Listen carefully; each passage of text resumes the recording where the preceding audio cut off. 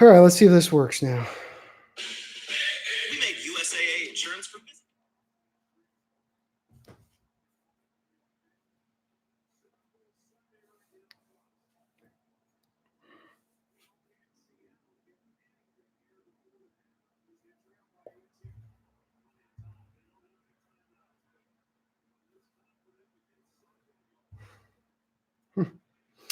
All right, are we okay now? Is the mic working all right? I'm trying to check it, but we back. All right. Sorry about that, folks. Just getting this streaming thing down totally, and sometimes there's just the weirdest of glitches that come up, and you can't even. I don't know. All right. So here we go. Come on, team.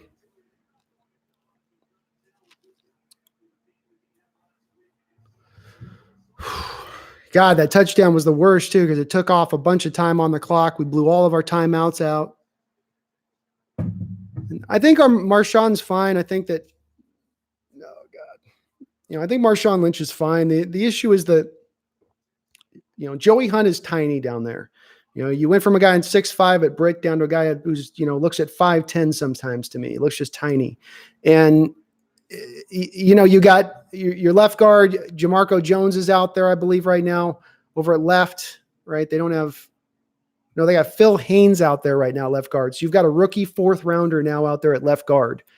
You got Dwayne Brown, who's playing on a bum knee, who's got the bicep injury to his left arm, who, God knows whatever else he's playing through. And obviously Fluker and Ifedi are all right. And it's not enough offensively from a talent standpoint. Come on, Russ. Come on, Russ. Come on, Russ. Come on. Get rid of it, Russ. Get rid of it. Get rid of it. Oh, that looked horrible. Oh, Jesus.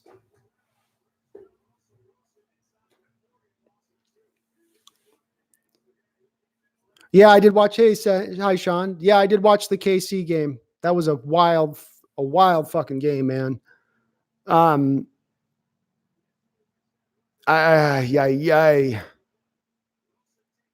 Oh, there you go, Wills. Dude, he straight knew from the second he snapped that he was doing that. Oh my gosh. All right, Bricks. Well, I'll be here, man. I'm going to be on for a bit. I'll do an after bit after the game too, just kind of a full little breakdown and, let's talk it out, whatever happens on this.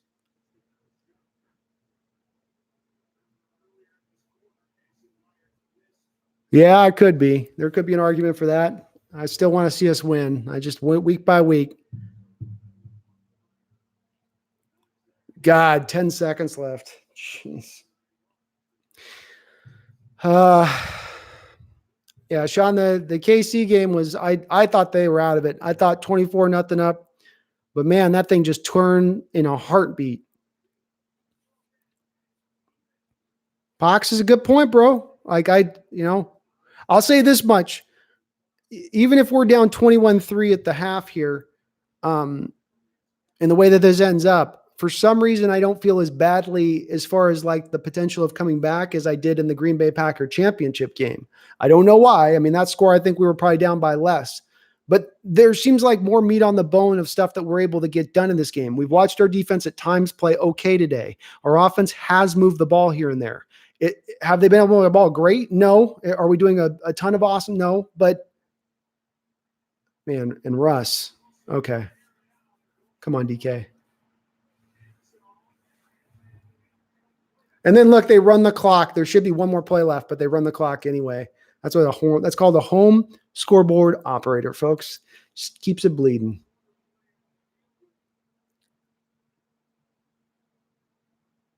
Okay. Now, let's not call roughing the passer. God forbid Russell gets any kind of protection from the referees while he's in the pocket.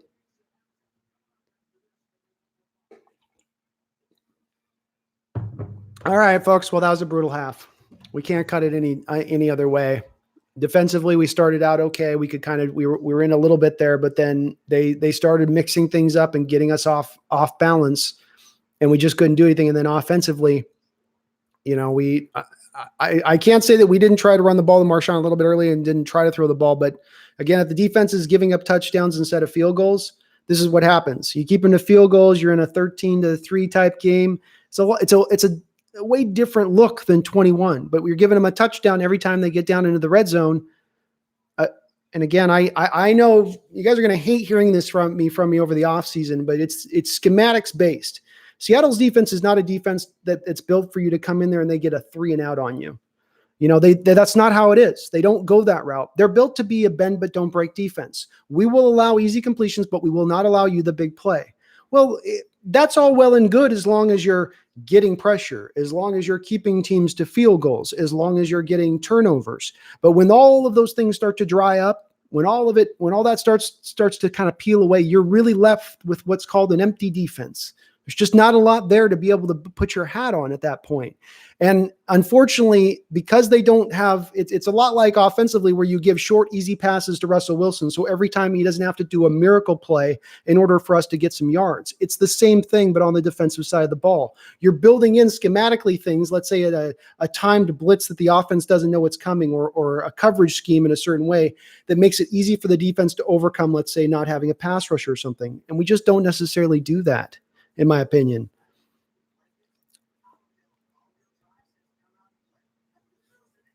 I'm pretty excited. I'm in the XFL. Sean has me interested.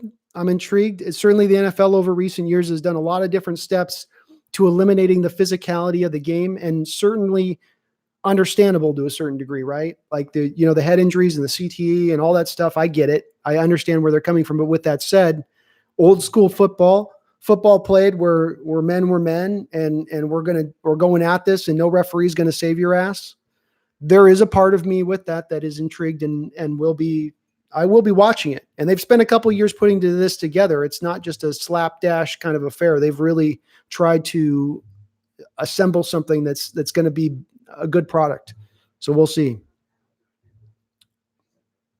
Fat Bugs, thanks for jumping in. We absolutely have a chance. I don't want anyone out there bailing ship yet. Don't bail ship here. It's 21-3. You saw in that first game here in this first game of this that played today, it was 24-0. 24-0. And that was the Chiefs. Now, granted, the Chiefs were playing at home, so they got some of that home fan momentum, that juice you get from the home fans to come back. But the point still stands. We've seen this team come back from points in the past. We've seen them down in the past before. This is not ideal. This is not the easy way to go into Lambeau to win a game. But with that said, a turnover or two and the offense finally kind of get things going and really getting in and getting some touchdowns and not field goal attempts, and they can turn this around. We get the ball at the start of the half.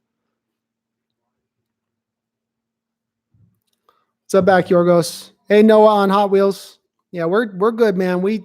I still got faith. Like I said, and I can't put my finger on it because, like I said, they get the half on the championship game. I want to say it was 16-0 at half in 2014.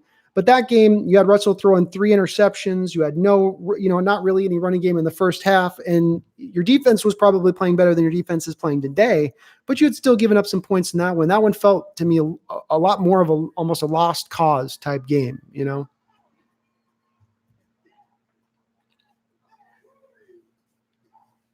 It's a little bit different, Jonathan. It is. You can't go apples for apples. But this team, we know Russell's magic. We know this team's capable of magic. Let's go. It's atomic. Let's do it. Why are they crying on the television right now? What is this? Jimmy Johnson's crying. Oh, it must have been a Hall of Fame announcement or something. No, I'm not going to be a toxic incognito, Dave. Like, things have always got to be in perspective with stuff. And people want greatness all the time out the box, or people want things. And again, how bad do you feel if you're being toxic early in the game and they come back and turn it around? How bad did those people in 2014 feel when, the people that left the stadium at halftime, or those that were in the bar with me that went home after halftime, that you'd feel, why bail for something that could be epically awesome? And I've had a couple of times during the Russell Wilson era where I turned off a game and I learned my lesson on that stuff. I won't do that again. We're playing uphill here, folks. This wasn't a game we were coming in to be favored. We are down, 35, 40% of our starting team. We're down backups. We're playing on the road. This team has had a bye. They're well rested. This is going to be an uphill battle. We knew this was going to be a dogfight. Bet, Fat Bugs. Bet. If we win, we play the 49ers next. And that's going to be a tough game. They legitimately played very good yesterday. That was an impressive win. And again, just to speak to I know I said this earlier in the stream, but just to speak to it again, health is a big part of what's going on right now. Attrition is real in the NFL. If your team's lost half of its players and the other team hasn't lost half of its players, that is an advantage. And it's a real advantage. It's not BS. It's not making excuses. It's real.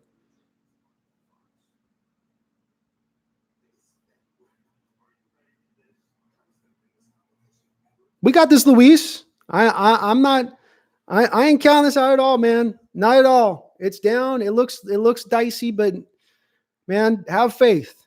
There's been crazier playoff games, crazier comebacks, and playoff games especially. If you want to look even further, go look at a game back in the 90s. There's a game the Buffalo Bills played against the Houston Oilers.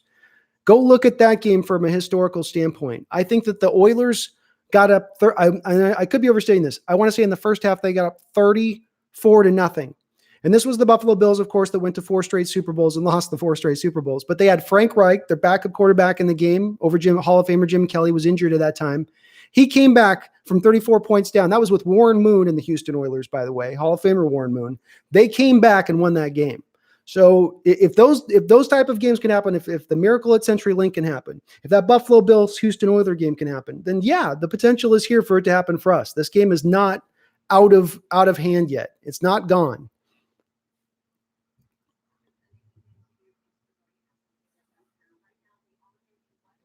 On the Oilers game, how did they catch up? Just they made plays. The Bills had a hurry up offense that they ran back then called, I think, the K gun offense, and so they were able to just slip into their hurry up and go from the start of the. And would we mind seeing that at the start of the second half? Like, why don't we have Russell come out and run some hurry up? Let him call the plays. I don't care. Let him run the tempo-based offense because they are at their best when they're running tempo. And I think that would put the Packers a little bit on their heels. You're not going to be able to run the ball really in the second half. So it wouldn't be the worst way to go about it. Yeah, we got a chance. No doubt about it, man. There's been much bigger deficits that teams have come back from, be it in the playoffs or in the regular season, many times over. I agree. There's just a part of me feels like Russell plays it when it's just a little bit more loose and free and not so tightened in. And okay, we're going to be balanced in our running approach, and we're going to protect the ball, and sometimes I feel like when you just let him go loose and let him rip it, just let it rip, Russ. We're putting the trust on you, man. Let it rip. Like I'm not going to mess around with this run no more. The pass rush is going to be in your face. You're going to need to run at times to get the ball. You're probably going to get knocked around a little bit, but we'll put it on your shoulders now. You're the guy here. We're going to sink or swim on you. The read option has really been reduced over the last few years, Exotics, and I think a part of the reason is that I don't think that Russell is as fast as he once was, which is understandable. I don't think he's slow. I think he's still very quick, and I think he can still, but I think also teams have gotten a lot better about defending the read option.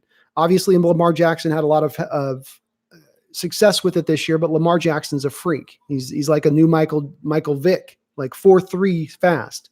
I think unless you're that type of fast, or unless you're 6'6" Cam Newton and 255 pounds, I think it's really hard to run that anymore. I think that it's been caught up to. The Ravens lost because they ran football as a game of matchups, and the Ravens ran into a bad matchup for them. The Tennessee Titans are a team that have been slowly building themselves over the last few years. And honestly, there's a little bit of envy in the way that they've been able to build it. In the respective, they were a lot like the Cowboys. They stuck a lot of first-round picks on that offensive line. They went out and got Derrick Henry at running back, and we're going to run the ball. We're going to run the ball when we want, how we want. And they have the talent to do that. That's the part that gets missed here with us and our team. Carroll wants to run the ball when he wants to run it. You're going to put 8, 9-man guys in the box. We're going to run in an 8-man box. The issue with that is if you don't have the talent on the offensive line to block that up, those guys are going to get blown back, and it ain't going to make a difference whether you're trying to instill your mentality on teams. You're still not going to get the runs you need to get. And so that's where I, again, do come back to, I would like to see them make a splash deal for a lineman this offseason. I'd like to just see the talent get upgraded over there rather than bringing in, Fluker's been a great story, but Fluker bounced around from a couple organizations before he landed here. Jermaine Ifedi is going to be let go at the end in free agency because he's got a penalty problem, and he's really not that great of a player. He's league average on his best day pretty much. And then with Britt, you're probably releasing him. Joey Hunt you keep, but does he want him at backup? So do you trust Posick as your starter moving into next season at that point? I don't know. He's been injury prone. They've got some work to do on the offensive line, no doubt.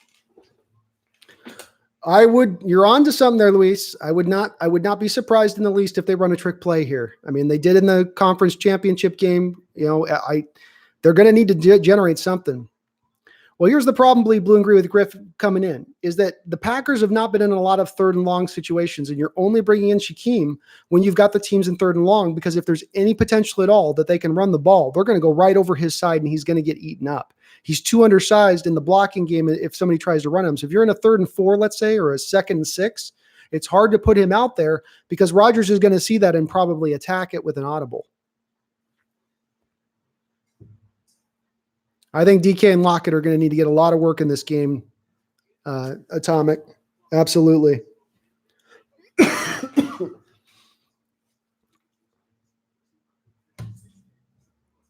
Yeah, Louis, I certainly think if there's anything in the pun fake to Homer, wouldn't that play worked pretty well a couple of weeks ago?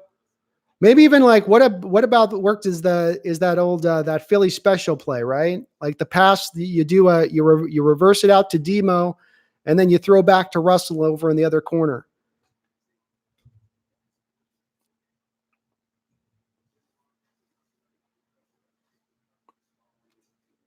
Is it the same score? That's interesting.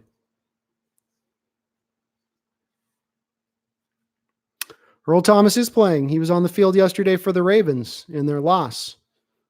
And, you could make the argument that there's part of the reason there is that, Earl is still a good player in coverage, but he was never great in stopping the run. And I think he's become less great at stopping the run as he's gotten older. And the Titans ran all over the football field yesterday. He wasn't the only problem in that goes on the whole team there, but Earl probably was not aiding in that, I would say. He had a pretty quiet year, Sean. It was a good year, but a quiet year. Exotic, I'm on point with that. I think, again, it's Russell, and I think Pete's the same way here in the letting it all hang out. I feel like both of those guys are the same way, where they're at their best when they're letting it all hang out, when they're not scared, when there's no fear in their heart. And it's like this going for the field goal thing, and then on short, there's sometimes like seems nothing in rust, but with Pete, I feel like as he's gotten older, he's gotten a little bit more gun shy at times with making those calls. But yes, anything 4th and 1 at this point, you're going for it. No doubt about it, I would say, outside of you being deep in Euro and into the field.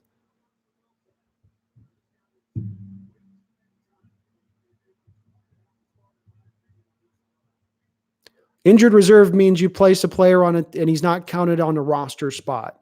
There's certain designation types for injury reserve, but it essentially means you're putting him on, hold, if not for a whole offseason, and he's still a part of your roster, but he doesn't count against the 55-man roster.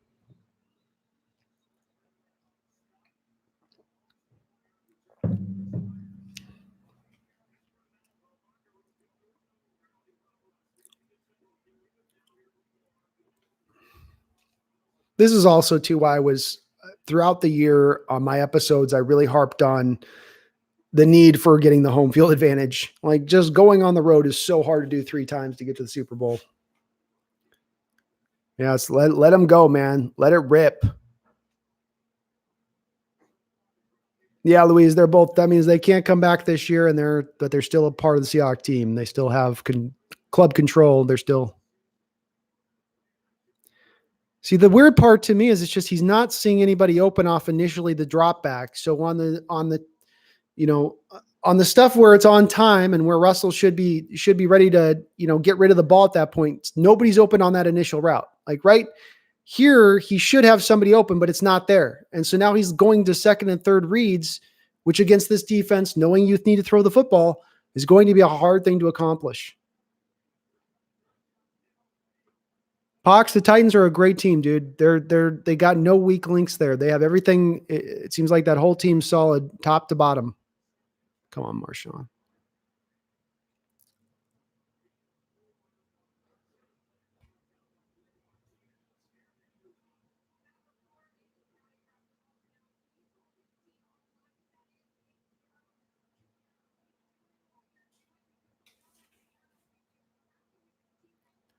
3rd and 6.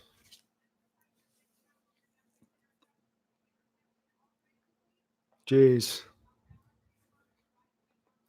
They're trying, because at least if you just sit here and throw the ball every time, they think they're worried. The Packers will pin their ears back and they'll have. See, it's just there. This is what we need, Russ. No sliding. You need to go for it. There you go. Yeah. Dive forward. We're going to need every yard you can get running, Russ.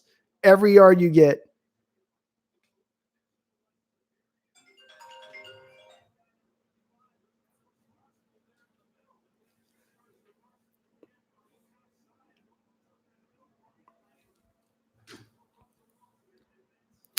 It is 5:30 here, Yorgos. Yeah, it gets dark here in the winter early. We're up near Alaska, so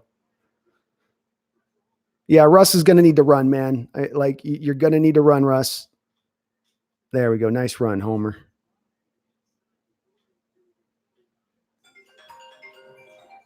What is going on?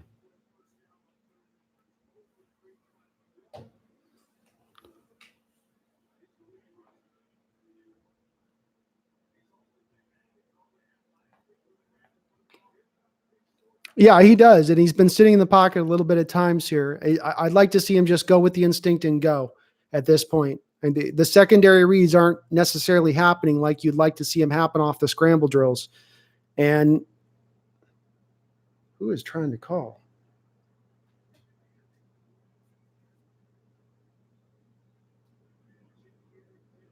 Somebody's blowing my phone up. Ooh, nice catch, DK. Nice catch.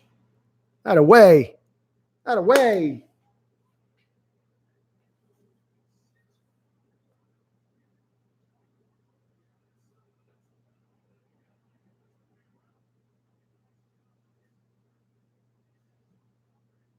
No, Sean, they're out for the season. They're both Dunsky. Yeah, DK, man. We need both him and Lockett are going to need to have big second halves here because there's going to be a lot of throwing.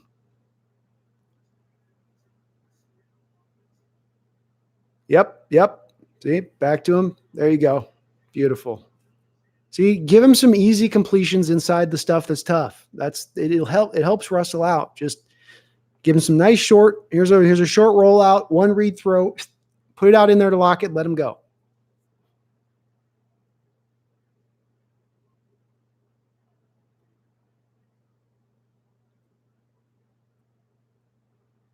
Hello, Gregory. Thanks for hopping in.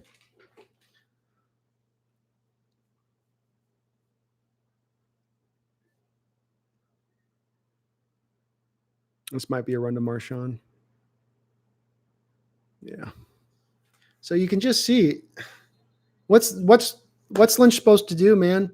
There's no holes there to be found against this Packer defense right now. I think we've run probably it's got to be the 12th or 13th attempt that we've tried. We might have 20 yards. You know, you're going to bleed the clock by doing this. Okay. Russell's doing fine for you. 21-3 right now, Toast. 3rd and 4. Yeah, Marshawn's got 8 carries for 18 yards. It's not getting done on the ground. They're bringing a blitz. Oh.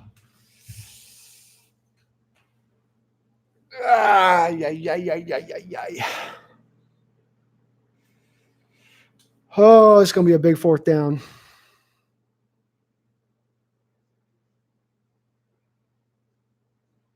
Oh, my gosh. Yeah, there's no doubt, Luis, it's a go for it. It's a go for it for sure. Man, he was really close to that.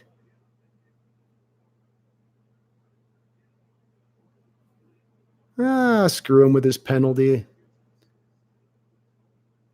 Lynch can do that. Lynch is allowed to do that. Linemen do it all the time.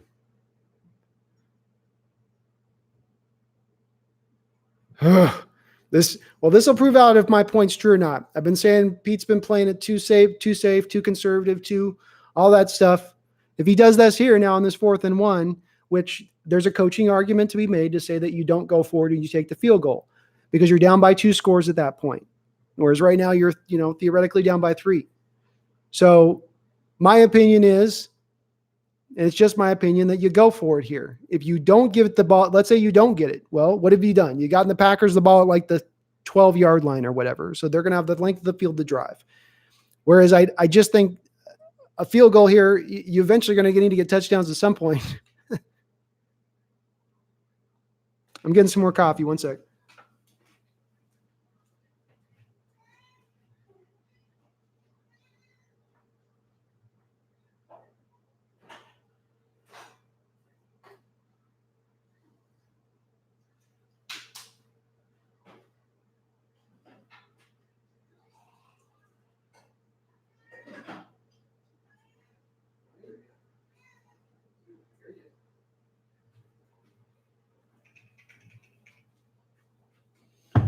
Come here.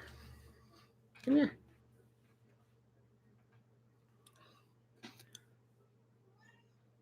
Hey there. All right. We could do this, Epic. Do this. Well, Keith, the good news is that as far as the money goes to Russ, it's not as bad, and it's not going to be the problem into this offseason. We're going to have over $70 million to spend, and it's going to be the first time, I think, in 4 years you've actually had legitimate money to spend in free agency. So they will have ability to go out and actually buy some guys. The problem up until this point is that we've had so many contracts to clear off the books. Cam Chancellor, Cliff Averill, those guys signed new deals and almost retired immediately after those deals, which just crushed the bonus money into it. Doug Baldwin, same way. Marshawn Lynch through the first time he was here. You had to end up eating all of this bonus money from guys that retired or traded. Michael Bennett, same way. So it's taken a couple years to really just kind of clear all that through, get it off the books, get it off. And this offseason, we're finally there. I don't think we have hardly any dead money at all. Yeah, I want to put this in Russell's hand. I don't want Marshawn if they're going for it. Put it in Russell's hand. Let him trust him. Well, we're not even a year old here, Epic. I think I'm only 11 months old on the channel, so we may get there. Okay, love it, love it, love it, love it, love it.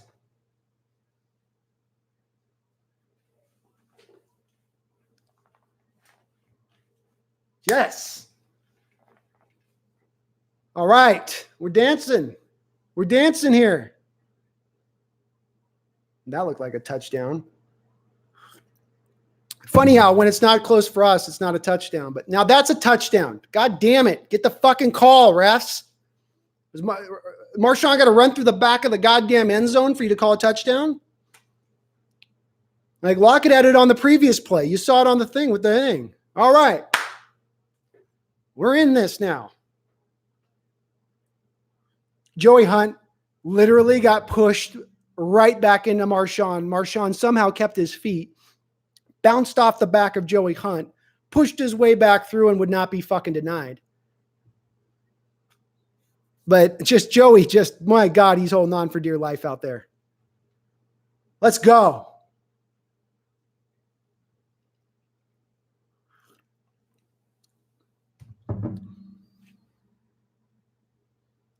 It's always the stuff I pay attention to at the refs. I don't have a problem with bad calls or calling a game a certain way. All I ask is that you call it consistently.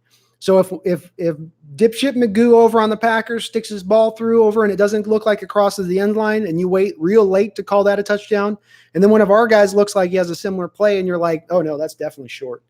It does, Yeah, Joey's just overmatched. I was really hoping once we had Ethan Posick coming back off the injured reserve at one point, and I was so enthused by that because number one, the guy's never been given a chance to really play center for the Seahawks since he's been drafted. And this guy was a center in college, a great center in college, but since he's been drafted, they've moved him over to guard each time because we've had holes at guard and injury at guard, and so that's what he's stuck with.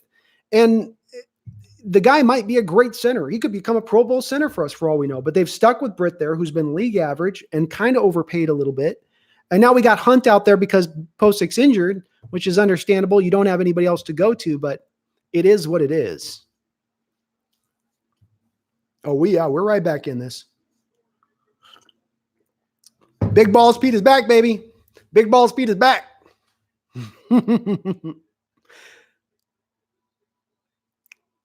Just what you want. You want to trust Russell. Let him do it. You know, sink or swim with this guy, man. He's earned the right for you to put him in this position.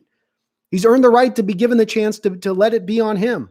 He wanted on him. He wanted this. That's right. Big Balls Pete, baby. That's the thing he used to do with Mr. Hasselbeck. When Hasselbeck would get to rolling out, he'd go, he'd give Matt Hasselbeck that going, oh, look at you, Matt, with your slow ass.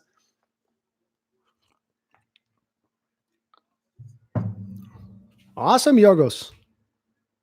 Well, welcome. Where is that? All right. There we go. Come on, defense. I do think he's a Seahawk for life, yeah.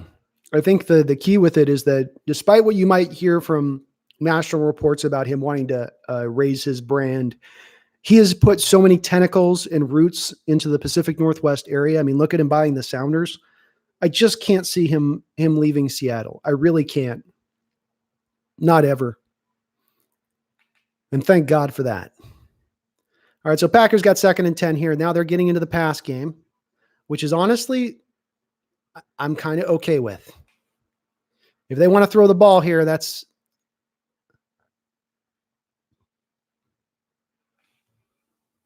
I got no issue there. 3rd and 6. All right, Bricks. Fence. Sorry, Luis. Didn't notice. I think Marshawn would have been a hell of an outside linebacker, man. In another life. All right. Ugo's on the field with the 3 wide. That's what we want. Any pressure? Any pressure? Ah, fuck. Jimmy Graham. Well, one of the places you attack the cover 1, cover 3 is up the seams with the tight end. And they got him right up the seams with Jimmy.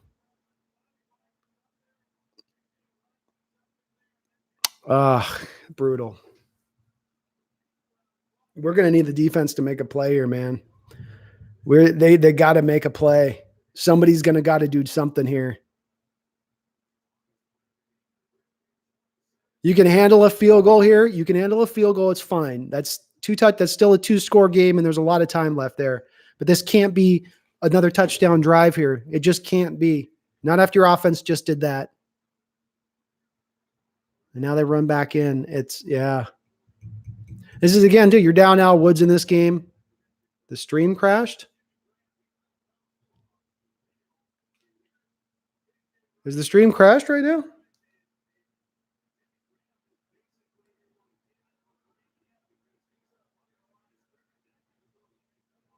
Are we okay on this?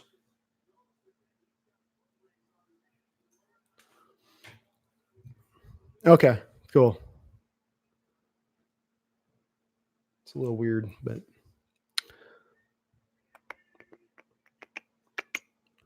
okay. Yeah, they're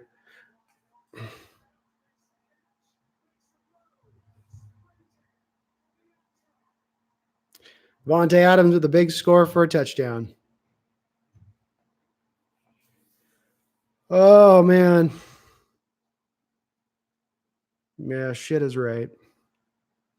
That's a brutal, brutal turn there.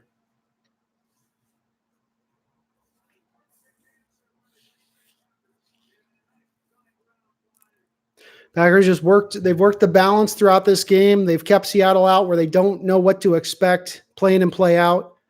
Devontae turns Trey around on a route. And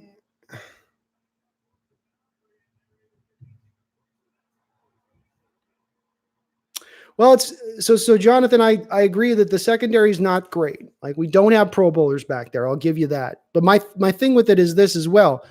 At what point in this game have we gotten any kind of pass rush on Aaron Rodgers at all? You know, Russ has been under duress at times, but outside of like one play, I can't think of anybody that's got any kind of pass rush on Aaron. He's had all day to sit back there and think about what he wants to do. That 3rd and 6 play to Jimmy Graham. Graham started out on the left side of the field, ran an up, and then went into the seam and then ran straight up the seam. He had a whole bunch of time for this long developing route to happen. And long developing routes, the only way to counter them is to have a good pass rush. And, we're not even getting a quarterback hit now. Say nothing for sacks. We're not even getting a quarterback hit.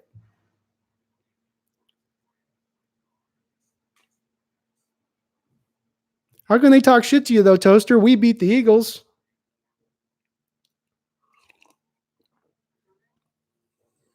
Ben knew that.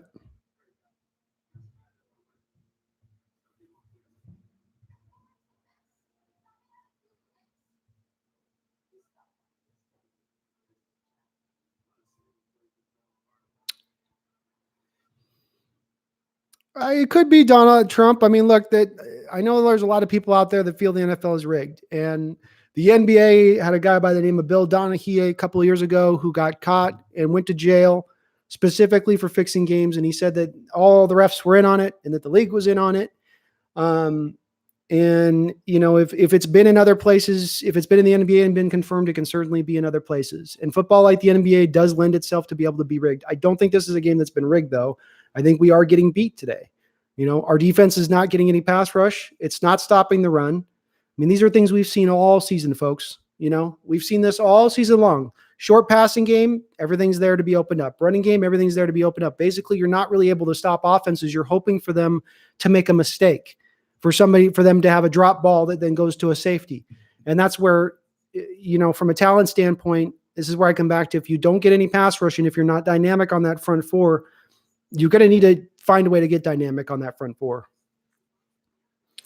Yeah, the secondaries, and again, we don't have Pro Bowlers back there in the secondary either. But I think that if I was to pick a way I would go about it, because you gotta choose a road, right? You got all these roads for how you build your team. And if I look at it from my standpoint, if I'm going to build my team, I'm not going to the secondary first. I'm going to the defensive line first. And if I have half decent players over on that side of the ball, then, I will take that into account. But I'm going to lean to try to get those guys on the defensive line because they're going to impact every play. A guy in the secondary may only impact the play here and there. If it's a pass play, he may be out there on a run play just dancing with a receiver or getting blocked. So I always do feel like that has more of an impact overall. The weird thing, Donald, watching that first game that jumped out to me is that they had the fourth down attempt that they went for in that game where they're up 21-0 and they're rolling. And something weird happened on that fourth down attempt for the Texans. And you could feel the momentum in that game just start to shift at that point. And I mean, again, I'm not dissuading what you're saying. You could be right. There could be some of that fixed in. You're right about the original Super Bowl getting the ratings it would.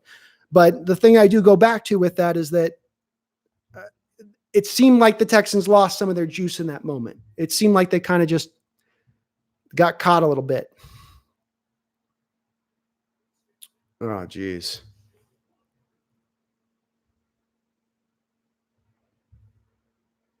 Yeah, Exotic. The defense needed to make some plays in this game. And there's been no, like I was saying to you earlier, this needs to be field goals. You'll give up yards, accepted, understood. With the team we were fielding out there today, you were going to give up some yards.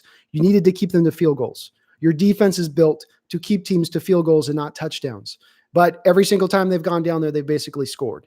So that's been thrown pretty much right out the window here. And I'll tell you that. Okay, really?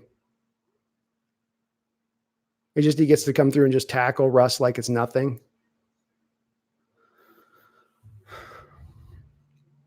Yeah, Jonathan, and let's go back to what they thought going into this year, of what they thought with this defense. Because remember, they made the Clowney trade at the last minute. There was a thought process heading into training camp that you were going to be okay with LJ Collier, Rasheem Green, Jaron Reed, and those guys. That was going to be enough. They thought without Clowney, they thought that was going to be enough. And it speaks to a little bit of how they view their talent versus the reality of the rubber meeting the road. These guys are not that good. Rasheem is developing talent. Rasheem could become a very good player. He's a very young man. He could get up there. I think LJ, I'm putting the bust label on LJ, and I did from the second that we drafted him. Go back and look at my live stream of the draft last year. I hated that pick. Absolutely hated it. Oh, Russell. God, man.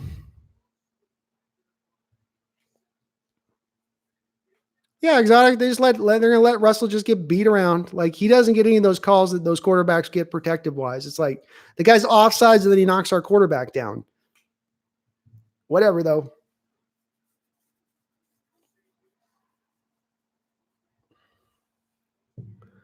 But you like the way you play your defense, you don't blitz. Now you're going to try to blitz. It's not in your DNA to blitz, and then you suck at blitzing. It's no shock. But that was the plan. Was what they were going to do is go.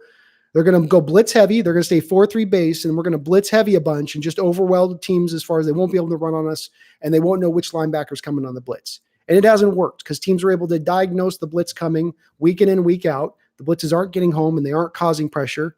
Every time they've got it blocked up.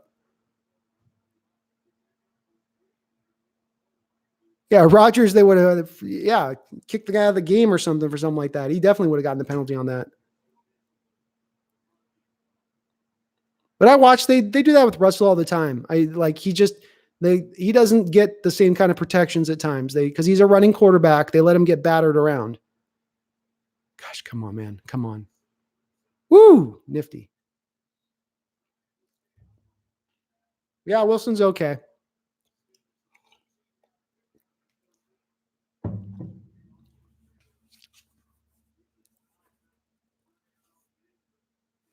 Lockett still has that ankle thing on his leg that he had when he got the contusion.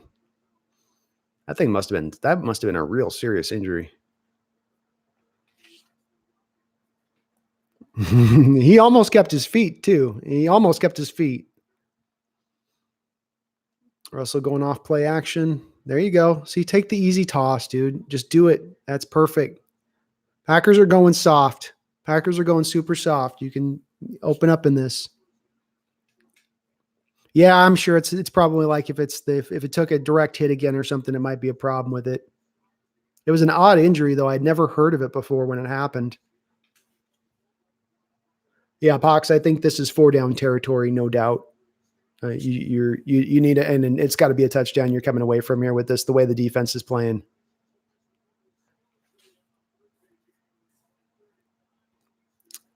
So nice catch, Hollister.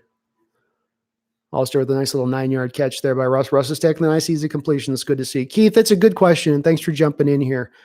I go back and forth on this. The short answer is yeah. The part of me would like to see Russell, who's made a lot of money in his career already and who will make a lot of money throughout his career, be willing to drive back on that money in order to get better players. That's something Tom Brady had done for years and was part of the reason that the Patriots were able to do what they were able to do from a roster standpoint. Russell didn't go all the way to the top of the market. It was widely reported he was at $35 million per year. It was in about the $32.5 million per year level. So he when it will come down to it, when the new CBA comes out, when some of these new contracts get signed and these quarterbacks are up in the 40 million, 41, $45 million range, it will look like a whole lot better of a deal. All right. Play to Marshawn. Just run it now. Yep. Beautiful, brother. That away. Come on, Russ. Now just get him right back up. Just run tempo now. That's what I do. Just get him back up and let's go.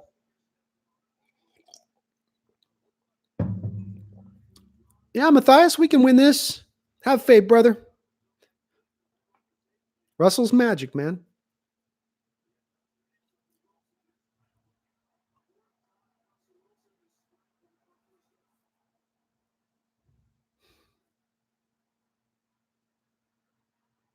Plenty of time.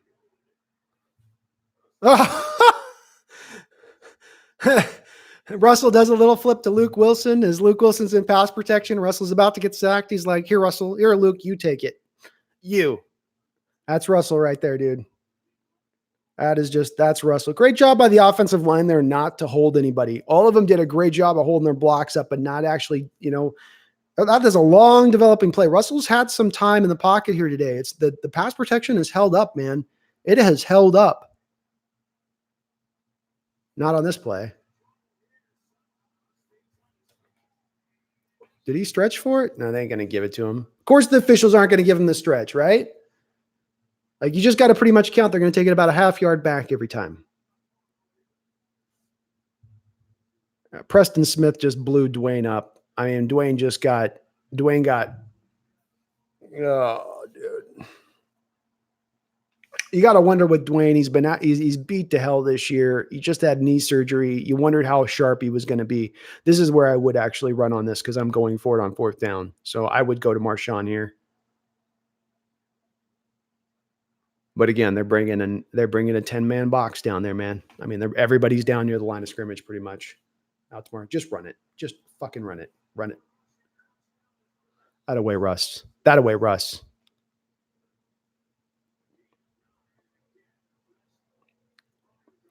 Yeah, and again, I go back and forth on this. Donald Trump Jr.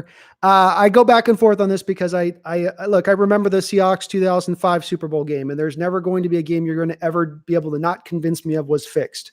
That Steeler game against the Seahawks in the Super Bowl was a fixed football game, no doubt in my mind, no doubt. But I to the level it's in, I don't know. Yeah, up tempo's got to be the way here, man. You've eaten all the clock up in the 3rd quarter through with this drive. They're not really playing up tempo because I think they still trust the fact that touchdown. Nice job. Not away there, Lockett. Is there a flag? Where's the flag for the official to turn it back over? Is that something about due to come?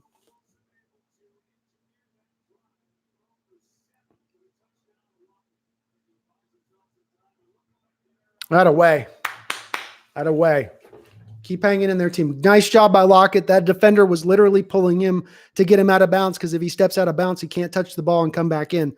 Lockett fought to keep his feet in bounds so that when the ball came back over, he could still make the catch without getting flagged for being unable to touch the ball. So again, the Packers do more looking for the ref to save their ass than anybody else. Every time, it doesn't matter the play. They're always looking over at the ref with their arm.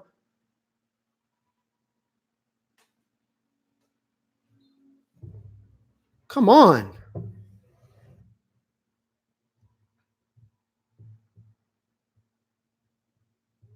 We can win, man. This is a winnable game. 2 touchdowns.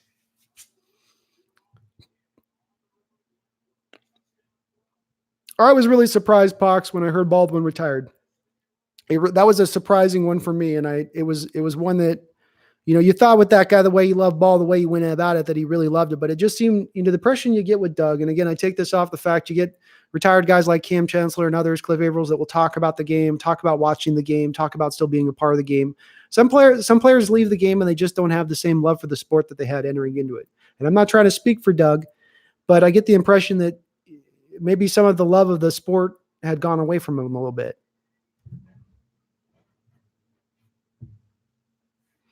We need the defense to do something now, like pull out all the stops, no safe ball. I don't know. I don't want to run blitz heavy here, but it's time to get aggressive. It's time to look at the day that you play defensively and know that you don't have anything you've really done well in. They've been able to run the ball on you. They've thrown short. They've thrown deep. They've converted 3rd downs. You've got nothing to hang your hat on from this day defensively up until this point. So now is the time to pull out all the stops.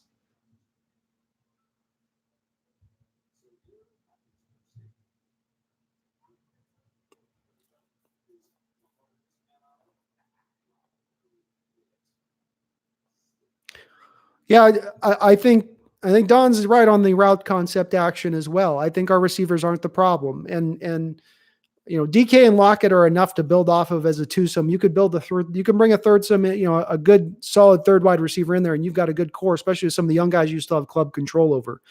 David Moore's under club control, Turner's under club control, so you definitely could be all right there. And again, you got bigger fish to fry with this roster.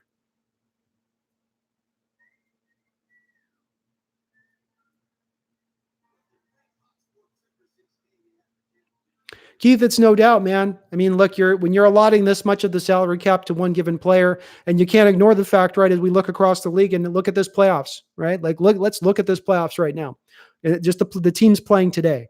Obviously, Rodgers is making a good amount of money, and Russ is making a good amount of money. But the other teams that are out there, the Texans quarterback's on his rookie deal. Mahomes is on his rookie deal. The Baltimore Ravens was on his rookie deal. Tannehill is on a very low end deal for the Tennessee Titans. Having that extra money to go out and spend on the open market makes a difference. And I would agree with you that it may be time for us to look at that. You're not really going to be able to do much with them at this point because so much of it, he just signed the contract last year. And so trying to move the numbers around is really just going to end up potentially hurting you as far as your salary cap position goes into the future when that kicked can eventually becomes due. But with that said, they're going to have a ton of money to spend this offseason. I mean, you're going to have legitimately over $70 million to spend out there. And the only two real guys you've got to lock up are Clowney and Jaron Reed. That's it. You get those two guys locked up, and even if you have to spend a lot of money on them, you could still be left with $50-some million to go out and spend on the open market, which is a substantial amount of money.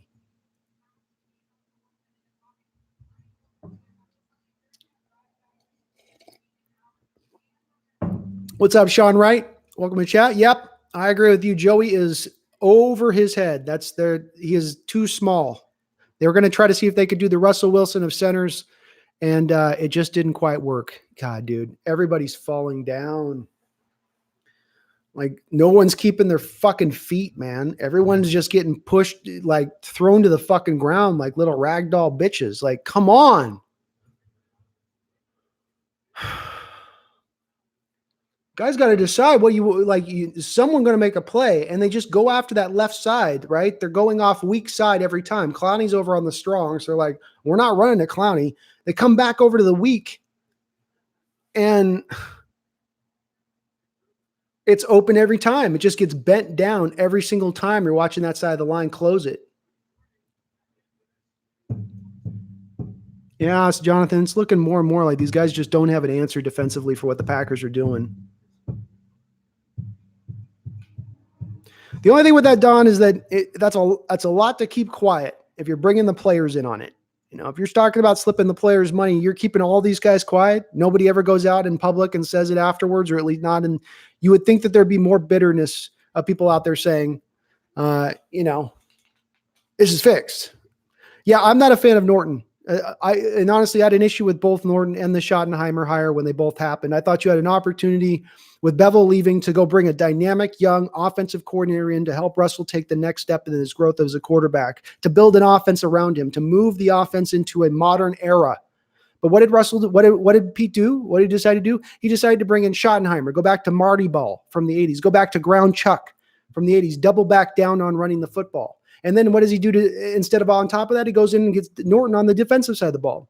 If he loved Norton so much as defensive coordinator, why is it that he didn't hire him over Chris Richard when they were both up for the position? He didn't. And that's where, again, my issue with this team so often comes down to it. It's not a lack of talent. I really come down to at times it's the inability by Carroll to change some of his scheme up. His scheme today is run the same way as when he walked in the door in 2010. And I've used a comparison of Bill Belichick, for instance, where Belichick was a very similar coach when he walked in the door in 2001 for the Patriots. Played your defense, run the football. But then he realized that he had Tom Brady, Hall of Fame quarterback. And what did he do? He transitioned. And he brought in spread elements from concepts from college. One of the first coaches to do that. And he allowed them to open up and start throwing the ball. They went from Corey Dillon to Tom Brady just throwing it all over the football field. And they had a tremendous amount of success. But the Hawks didn't do that. They went the opposite direction, back in the other way. Don't Trump, I don't know why the three linebacker sets, it's again, one of my biggest questions this year is, why did you believe in this modern era where you have slot receivers that are so specialized for that position and their quickness and ability to get open? Do you believe that you could take an outside linebacker and match him up on that player in space and expect to cover him in any way, shape, or form? And you saw this in the very first game of the year, right? Remember John Ross, the speedy receiver for the Bengals? Their coach consistently ran Ross through Michael Kendrick's zone, and Kendrick couldn't stay with the 4-3 guy, 4-2, whatever he ran at the combine. It befuddles me. It really does. I don't understand why they went that route with it. I guess it is what it is, you know. They thought that it was going to work and they were just going to stay with it. And at some point it was going to pay dividends, but it has not paid dividends. Ooh, great play.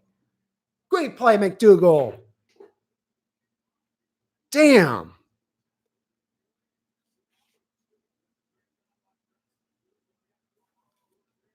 Whoo, we needed that.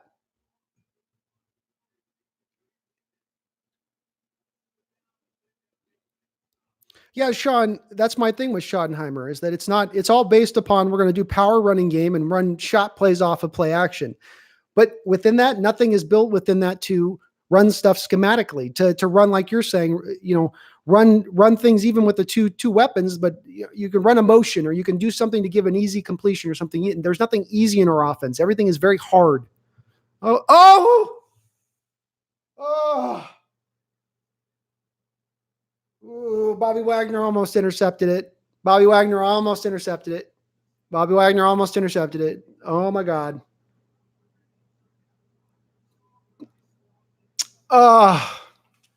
If he's one step to the left, he's housing that. One step to the left, he's housing that. All right, baby. We got the stop from the defense. Woo.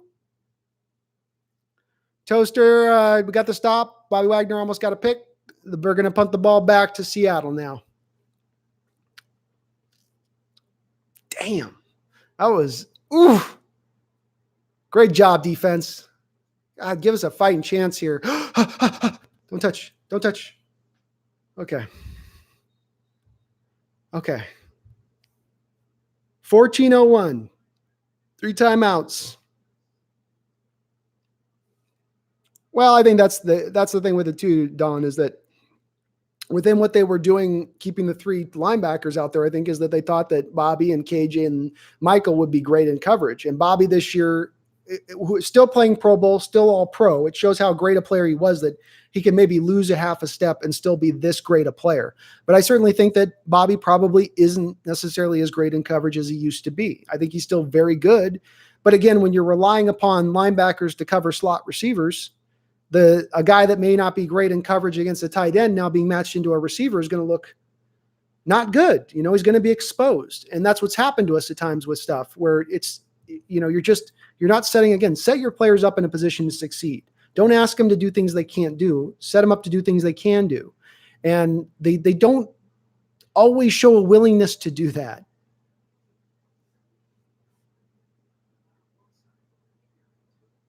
Yeah, it was more of a pass. He was a step or two away.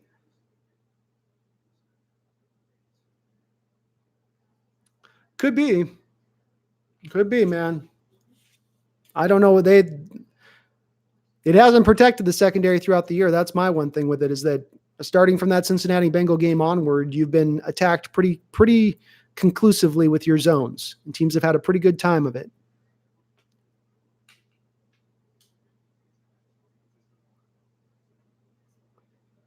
I would say the win rate's probably still pretty low. They tend to depend on when you're on the road like this and all the factors at play. It's probably around 30% as far as the way they would run it. But that's still higher than the 2014 game right before the onside kick.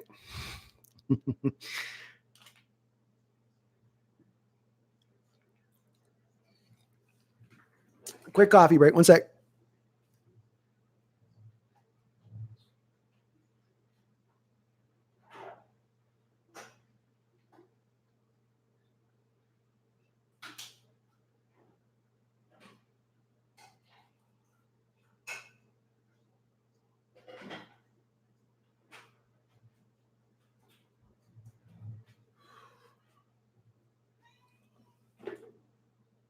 Come here.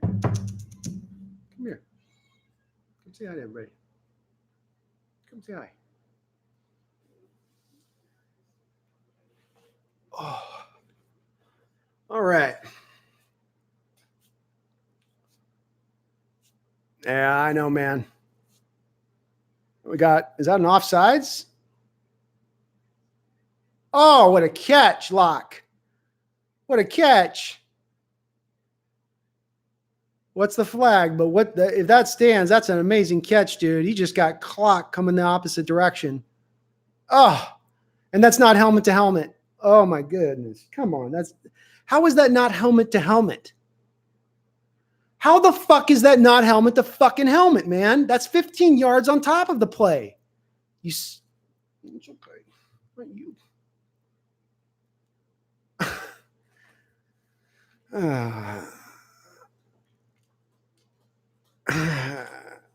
And he's hit. He concussed himself with his helmet to helmet hit. Well, The concussion, they say the ball don't lie, the concussion don't lie. That's a helmet-to-helmet hit, and that's a 15-yard flag on that guy. Again, it's the other side. They're going to now can't challenge it. Only can challenge the pass interference crap. But that's like, come on. What is the official looking at that play? Like, what are you looking at? They call that helmet-to-helmet hit on stuff that's not even helmet-to-helmet. You'll see shoulder into chest, they'll call it. That was Lockett caught a deep pass. I didn't see the flag. Anybody see it? The flag was on it looked like offsides on Green Bay. But yeah, Lockett caught a pass. It looked like a helmet-to-helmet hit. He made the catch, about a 20-yard catch. And it looked like helmet-to-helmet, but there was no call in the play. Yeah, he's good.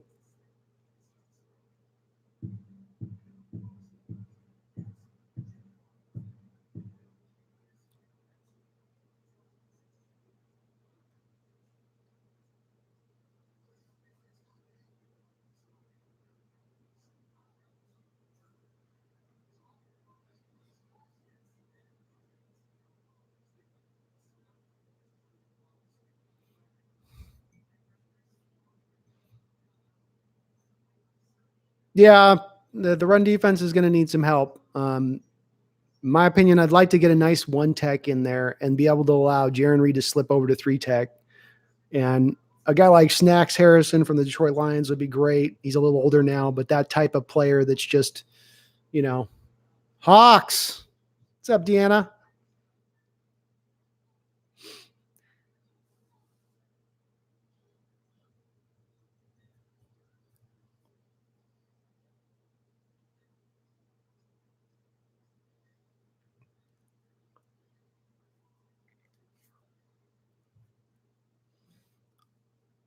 What's up, Legger Manny Lewis? Welcome to chat. Yeah, I like my caffeine out there.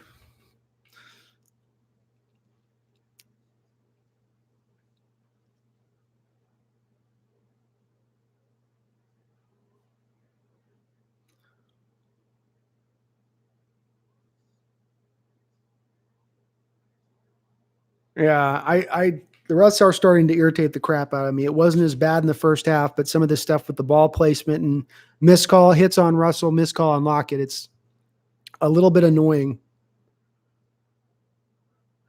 Have a good one, Yargos. Thank you for the sub, man, and stopping by into chat. You have a good one. Go Hawks. Get rid of it. Get rid of it. Just get rid of it.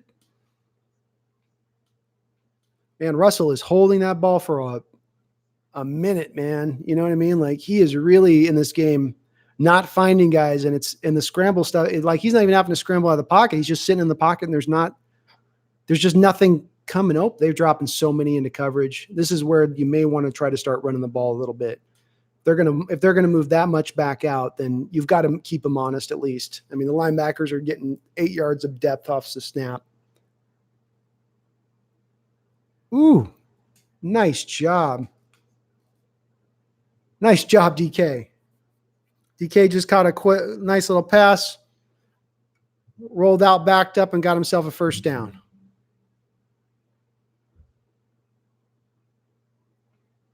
We're rolling now. We're rolling.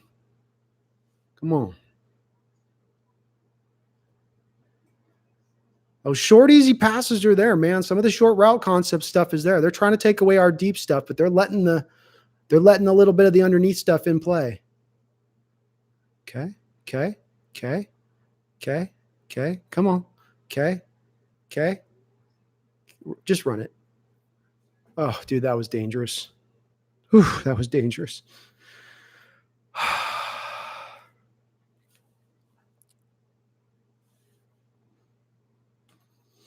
Well, and I think, DK has had a couple drops. The one thing I'd say, Donald, is look at the first seasons of both Calvin Johnson and Julio Jones. And both of those guys are at 50 and 56% catch rate respectively in their rookie seasons. And both of them were under 1,000 yards in their rookie years as well. When you look at DK Metcalf this year, I think he's up near the 60% catch rate. So he had a better catch rate than both of those two players. And I think that when you look at him moving forward, great pass. That away, Russell. Russell out to Hollister on a nice little thing. We got the drive going here. Lost my train of thought. But I think DK's drops are a little overstated. And I think that this is a guy that he may not be the best catcher on the team at any one point in time, but they'll be good enough with that sort of freakishness that he brings to the football field. That's all it took, Sean. Just had to, had to take a couple hits just to get ourselves kind of rolling, just to get the wheels greased. Yeah, you can afford 3 points. Yes, you can. If you're kicking it from the 15, coaching book will say, yes, you go for the field goal in these situations. We all want the touchdown, though, of course, but that's the book.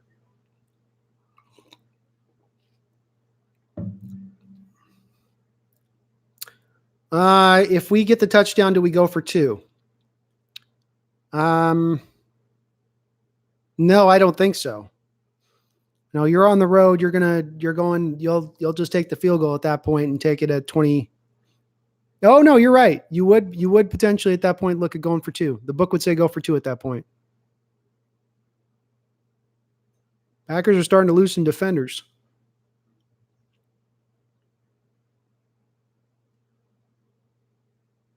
That's the thing I come back to, Don. We got a guy, one of my buddies, who was talking about when we drafted them, is that with the drops and stuff, a lot of times it's a work ethic thing. And if a guy's got a base to work off of with his hands that's even decent, he can improve his hands along. Again, he's never going to maybe get to the point of being Chris Carter, Steve Largent, or Jerry Rice with his hands, but he's so big and so fast that with his skill set and the other places that he is so above other people, it won't be the thing to necessarily end up holding him back from potentially becoming a 13, 14, 1,500 yard type receiver, being a perennial Pro Bowler. I really think he's on track to be that. And again, looking at those other receivers in their rookie years and understanding how that growth goes and tends to come in that second year at that position.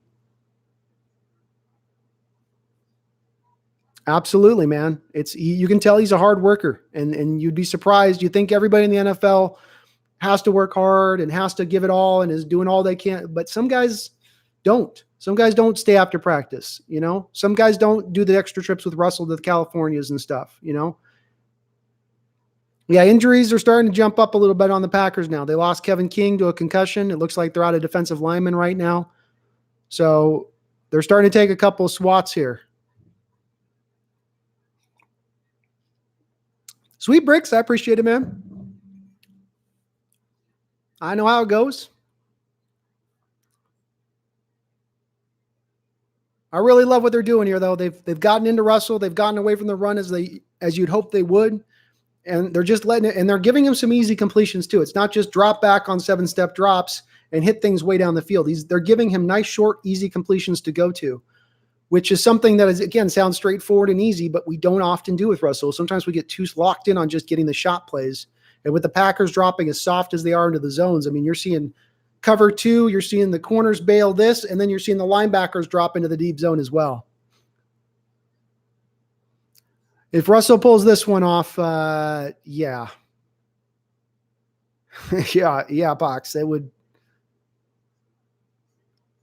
I mean, this would be their largest deficit to overcome this year. They're showing on the screen that Tampa Bay game and Cleveland, we were down at 14 points. But both those games were down 14 points. It shows we can get down by a lot and still get back into it.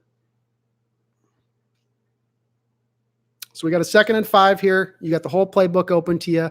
Plenty of time on the clock.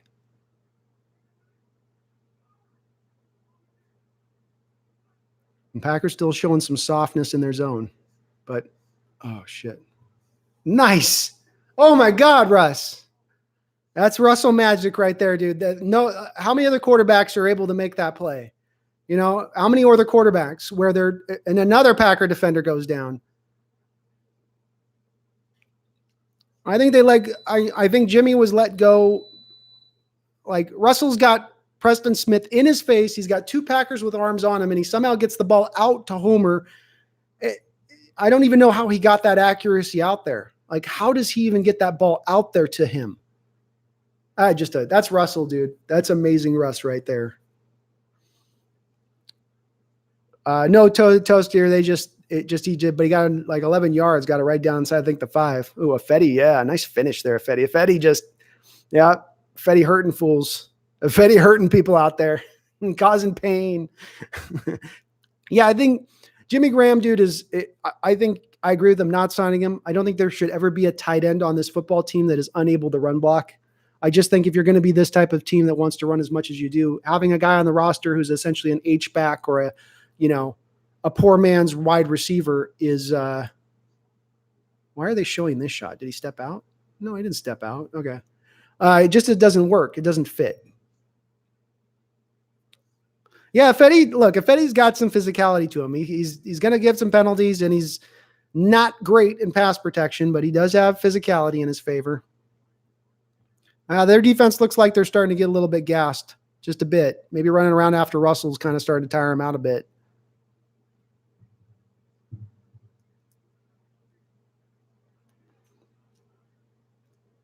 I think Hollister's a more willing blocker. I never bought into Jimmy Graham ever really they tried that whole PR crap at the time saying, oh, this offseason he really worked on his run blocking. He really no, he did not. I mean, maybe he did, but he didn't get better. First and goal. Here we go from the 6. Going to beast mode. Come on, Marshawn. Come on, Marshawn. Yeah. How is Kevin King back in the game? That's not a fucking concussion he suffered.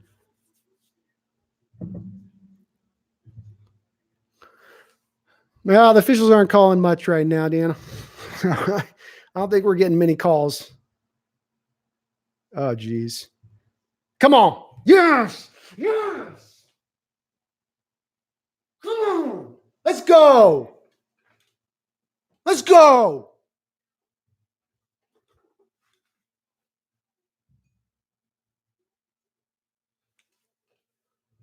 Woo. All right. Out of the way, Marshawn. Love it. Love it.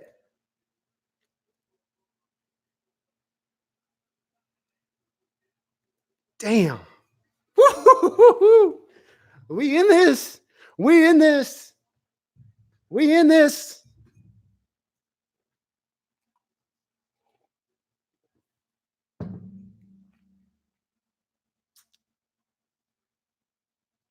Two-point conversion.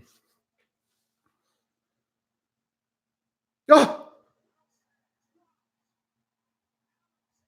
Uh-oh. Uh-oh. Is he okay? Okay. Yeah, one of the holes in Russell's game, and he doesn't have a lot of holes in his game, but one of the spots where Russell does struggle, and it has happened in this game. I mean, he's been okay. He's been good in this game. He's been great in this game. Awesome. But he's had a couple moments here where it's caught him, and that is that he's not the best pre-snap quarterback at recognizing the blitz and where it's coming from. He sometimes can become confused. And on that play, you've got a free rusher coming from the side, and he doesn't read it pre-snap.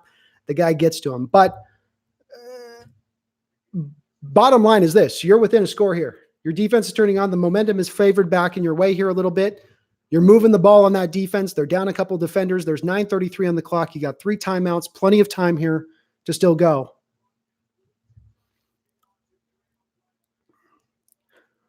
Yeah, Don, I've watched it for years with him, and it's just kind of driven me crazy at times because it's sometimes straightforward. Like that guy there, the blitz is not coming late.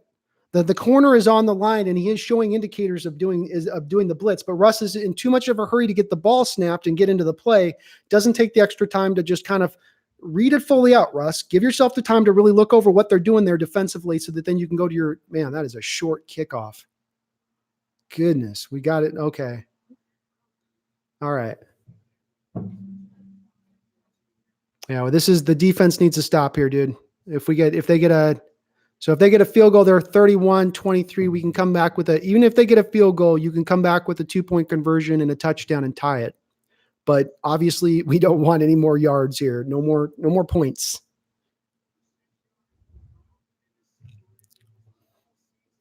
Yeah. I don't want to see Cody Barton out there with 3 wide receivers right now. This has got to be, you get Ugo out there and they're going to 2 wides off the initial point. So we don't see whether they'll do that on this, but watch them go at Cody here. Yeah. Oh, nope. They played action off Cody.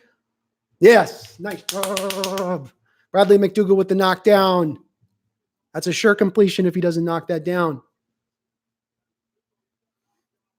That's a great reroute on his part to get back out because he does buy into the run initially. And Wright's there on Graham. So good coverage by Wright too.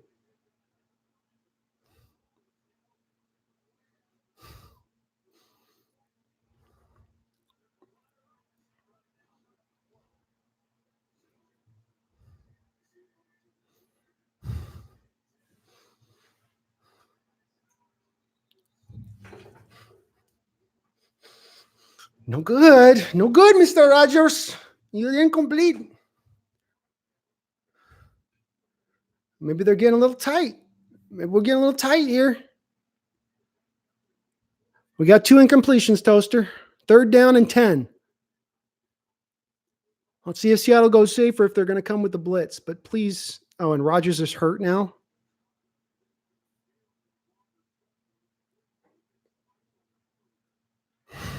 Third down, yeah. 3rd and 10. Oh, goodness. Fuck.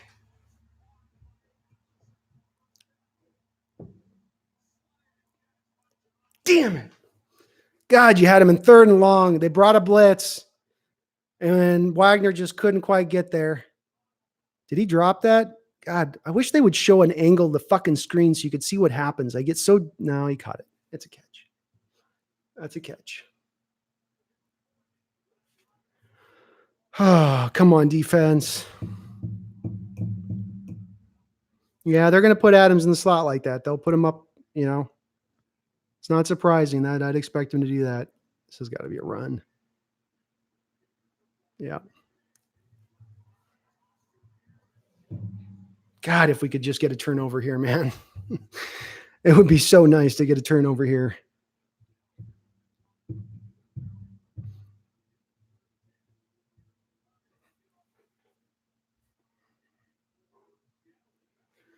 Oh.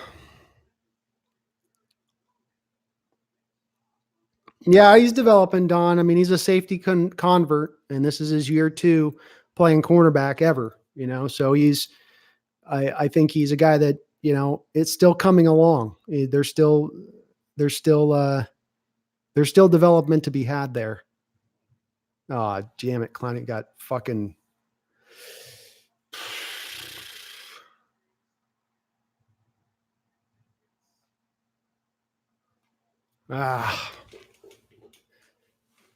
Damn, dude.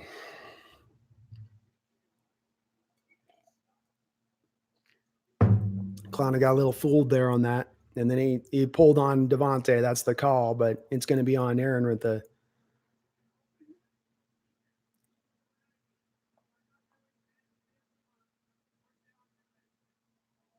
Oh, gosh, guys. Rogers had a little scramble, Toaster. They're moving the ball here now. I think they're on our side of the field and driving.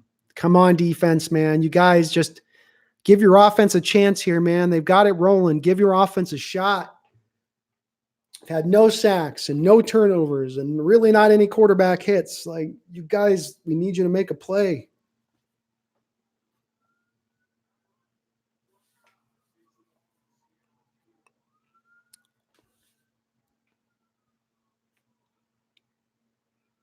They didn't add it earlier, Don? I didn't know that. I thought they added it. All right, he's switching it over to the left side. You see, he's moving the run to the left. He's moving to the run to the left. He's moving the run to the left. There you go. Great job, defense.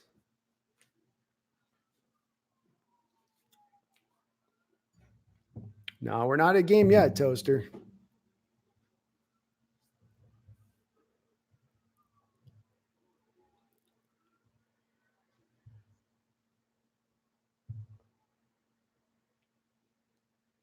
The thing I will say is that today the base D has done a good job overall. When they just showed his yards per carry, he's about 3 yards per carry. Jones is on the day. So the defense has done that aspect that we needed him to do, which is to stop the run, because the Packers were going to stick with it, and they have stuck with it. Ah, fuck, dude. Trey does not look confident up there. He looks. There we go. Nice job, defense. Yeah, Don. Barton caught it. Barton caught it. It was obvious what they did. They saw we overloaded on the side. Our defensive play call had them, so they had to reverse it on that.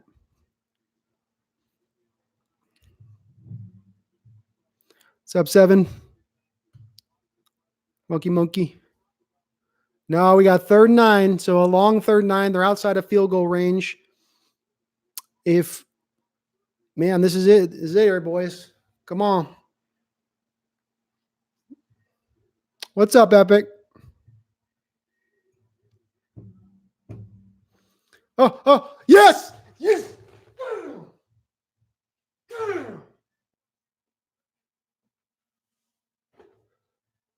The brothers did it, baby. The brothers did it. That's the twin blitz. We just dialed up the twin blitz. Called the twin blitz. The twin blitz. That's what they call that one. We're going to send all the blood at you. Let's fucking go.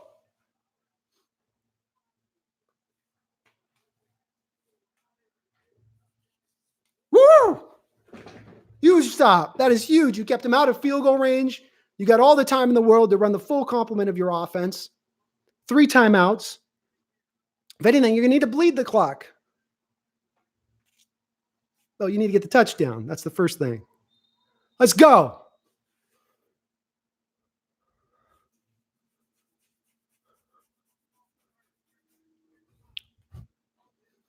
I'm okay with blocking it, Don, but I don't want to go for the block and then do some stupid running into the kicker bullshit and then end up giving him a dumb first down. Let's go again. Come on, team. You got this, man. You guys have played a great game. You got it in your hand. I mean, it's all in your control. Russell Wilson, all the time in the world. That was a money fucking stunt, dude. That was a money stunt by Griffin to get in there, dude. I mean, he got there so just that speed showed up on that play, man. It flashed. Somebody was in the chat earlier asking about Shaquem.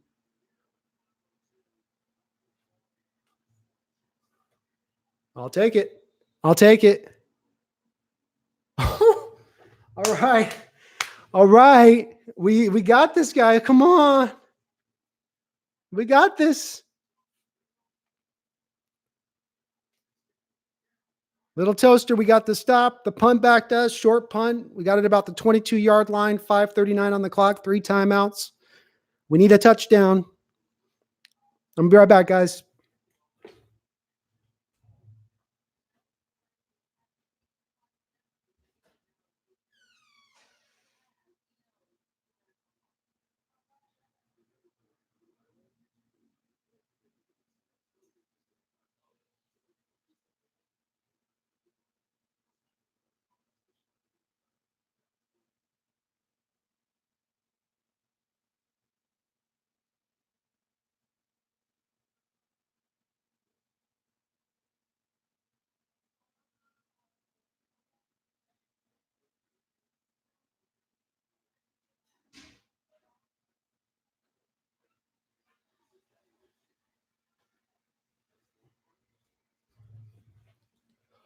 Oh, man. So we got 23-28 is the score, Toast.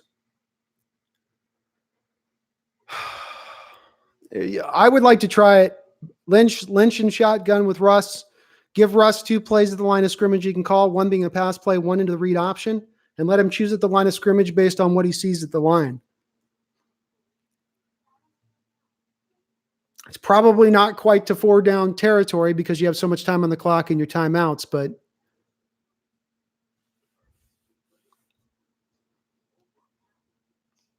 Jonathan, it's a little bit airy, isn't it? It's a little bit airy. It's feeling a lot like the championship game, man. Feeling a lot like the championship game.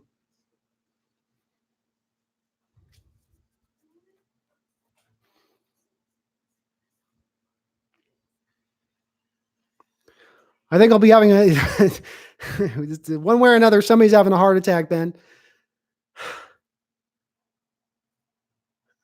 I like it, Don. It's got a ring. It's got a ring.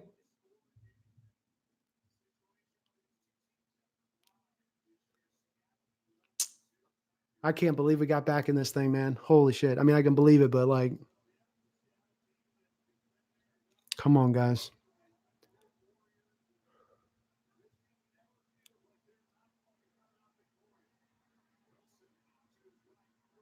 Woo!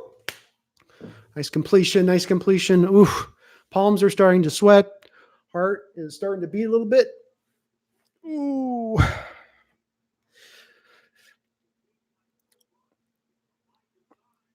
Okay. So you got Haynes in there at left guard. This is an interesting development in that I like this guy a lot. He's a 4th rounder out of this last draft, a big road grader type guy. To my eyes, he's played pretty well so far.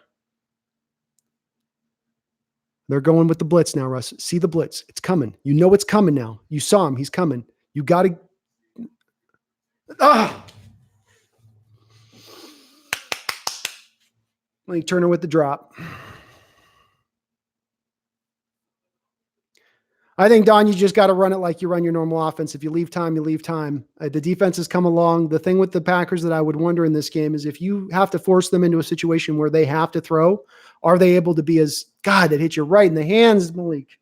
Right in the hands.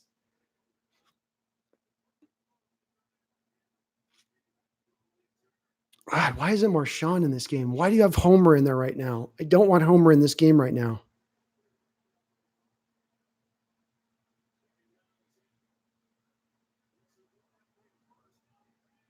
Good throw. Okay.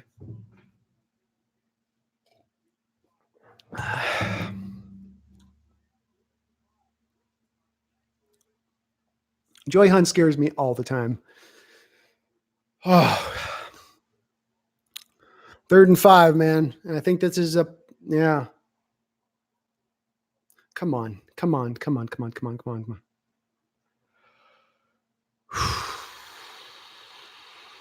It's a makeable 3rd. The Packers are showing 4-man, 5-man front. They're looking, they're see, this is where it's disguised. Yeah. Throw.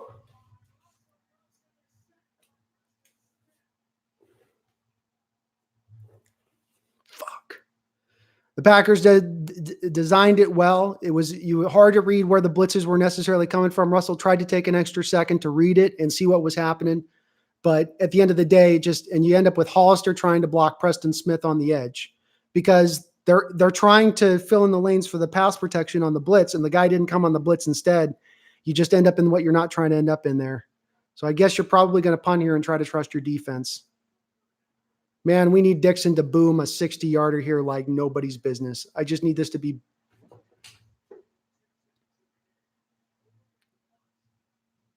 Oh, okay. I'll take it. It's not game yet, man, Toaster. It's not game yet. You get a stop. You still get the ball back. If you can do a 3 and out here, you can get the ball back with about a minute and a half, if not more time than that. And if it's not, if you keep them to just, again, because you kicked to their 20 now, you could get the ball back with okay field position. It's going to be uphill, but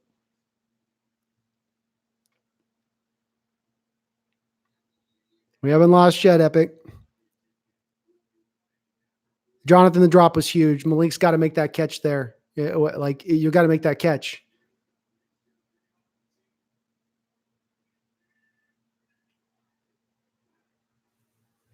Nice job, Clowney. Nice job, Clowney. Yeah, call a timeout.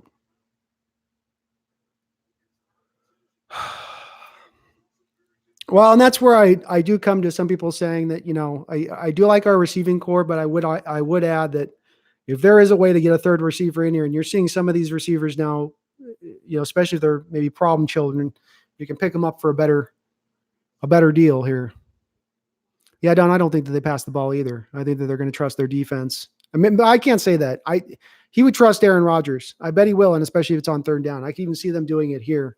They've called a great game offensively here against this defense. I mean, that's the thing I got to give their Packer OC credit for here.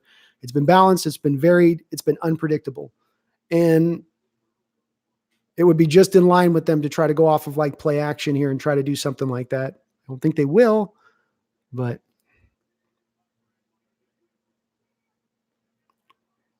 See, there's something at the line there saying something. That might have been a kill on the play.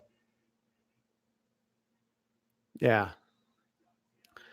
They were thinking, Rodgers was thinking about killing it and going to a pass. He was thinking, and he just didn't have the guts to stay with it. And he went with the timeout. Packers called the timeout, Toaster. Gosh sakes, dude.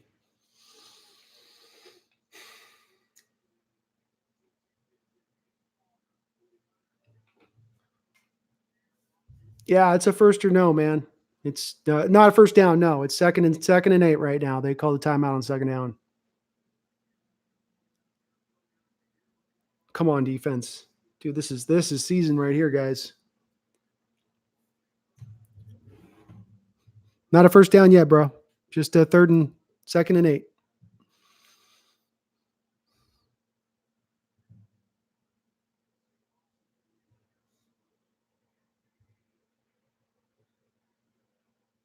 They went to a fucking pass. I can't fucking believe it.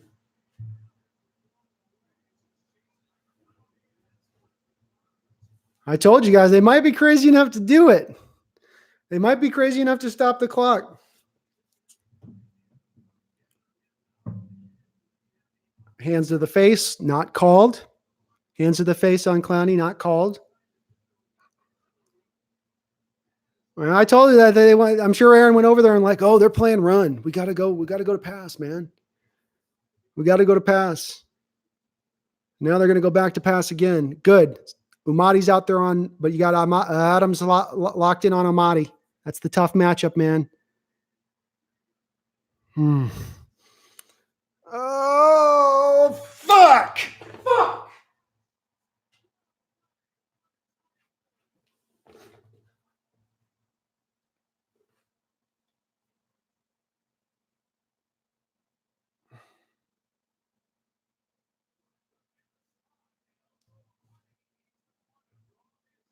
Why is Lano Hill in the fucking game?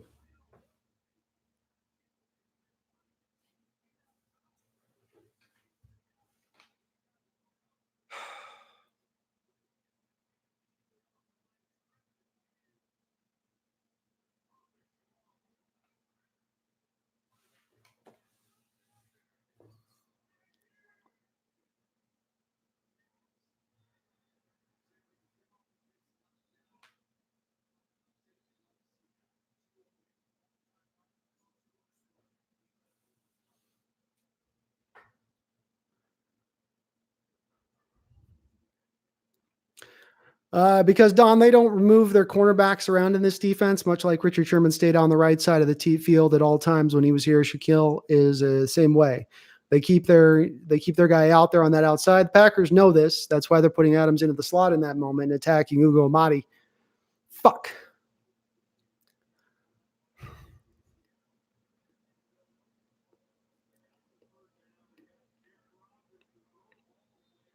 Yeah, the Turner drop was hard, dude. The Turner drop, you had things rolling. Yeah, the ball's right there in his belly, and he drops it. Just do not let the clock run. It doesn't matter when you call the timeout. Why sway? It's a matter of the rules are get the timeouts called quickly. Nice stop. The rule is you get the timeouts called quickly, though. In this case, you get the 2-minute warning. One more timeout, you basically can get the ball back with 2 minutes potentially still at that point. You don't want to ever let the clock run if you can help it at the end.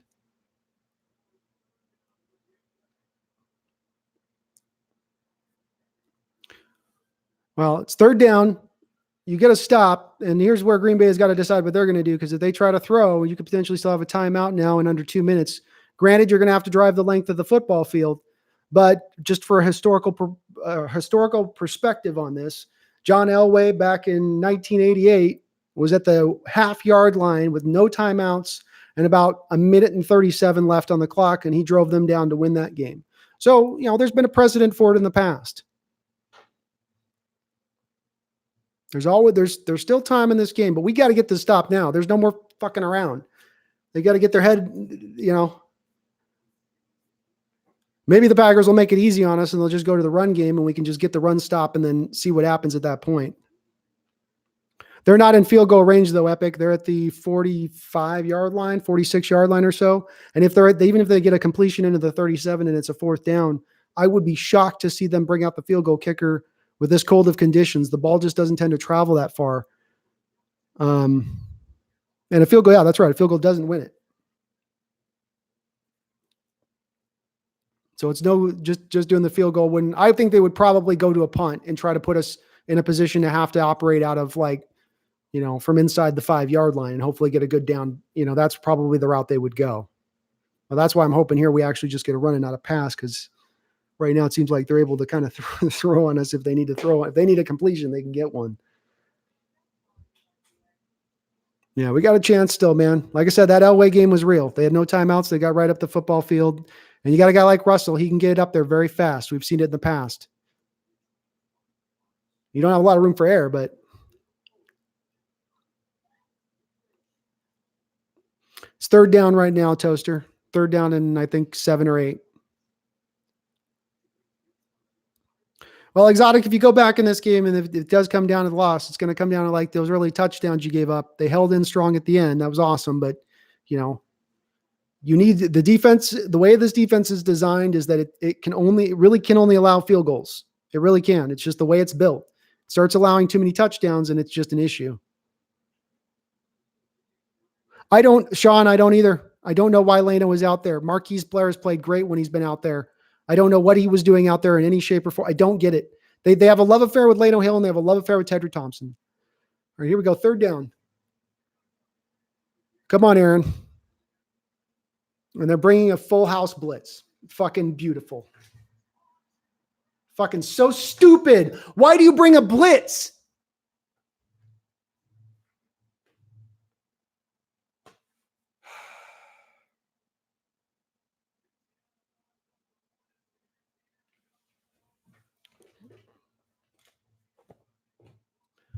Leno Hill in coverage.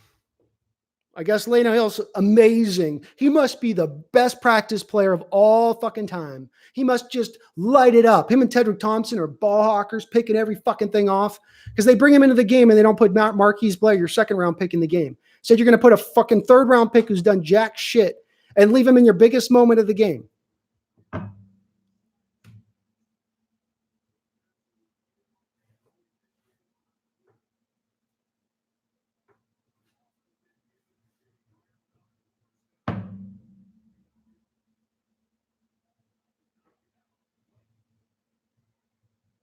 Yeah, it's, they've tried to make that draft. They had a draft where they had 4 3rd-round picks and then a 4th-round pick in that draft. That's a draft that they picked at Amaro Darbo, Shaquille Griffin, Leno Hill, Tedrick Thompson, all in that little spot. And pretty much all those guys except for Griffin sucked. They were busts. But the coaching staff has tried to make that draft, because they collected all those picks and it was such a big deal at the time. It's like,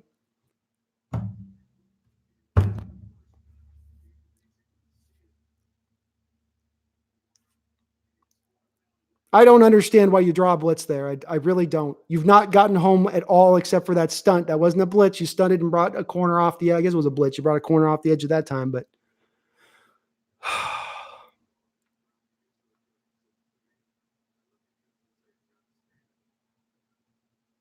man.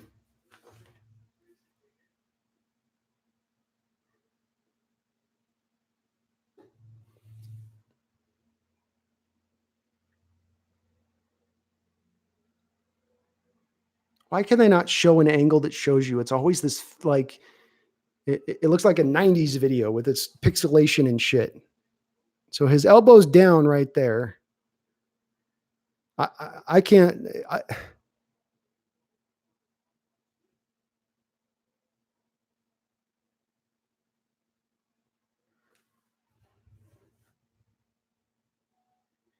Box, you guys, it sounds like the consensus is he's short. I don't know. Yeah, it's like, dude, they got HD cameras. We get the pixelated crap. It's like, you guys could show us.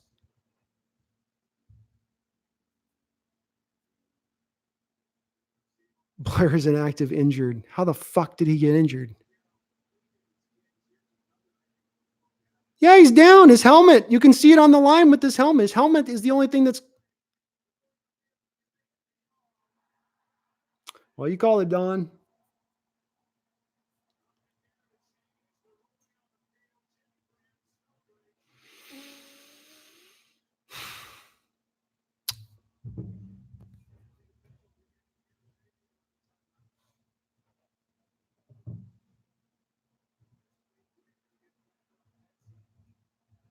Yeah, you call it, Don.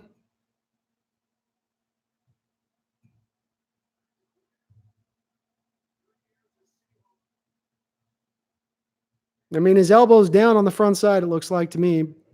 Yeah, Carol just said bullshit. I guess I tend to agree with him, man. Like,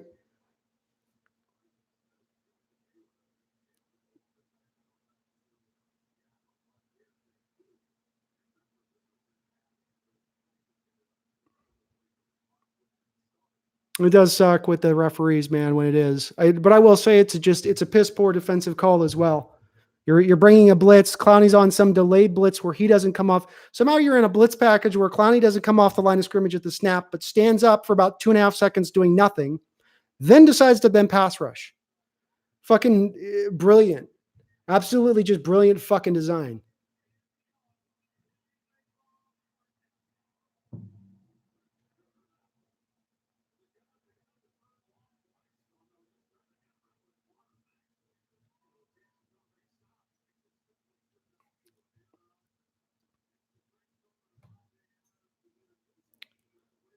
Clowney hit Wentz helmet to helmet, so I don't want to hear no Seahawks fans crying.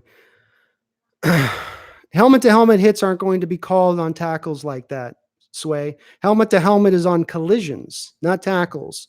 So on a collision where a player is defenseless, is that going to be called? And I went pretty far in my videos to explain why you put outside your mind Wentz is a quarterback in that moment for just a moment. If he's a running back and that play happens, is there a flag? Is there a penalty? Is anybody up in arms? No, it's because it's a quarterback. He's lost his protections as a quarterback when he leaves the pocket. So it's not a penalty on Clowney. It's not helmet to helmet. It's not a late hit. It's not targeting. It's not none of that. And that's why he wasn't fined for it this week.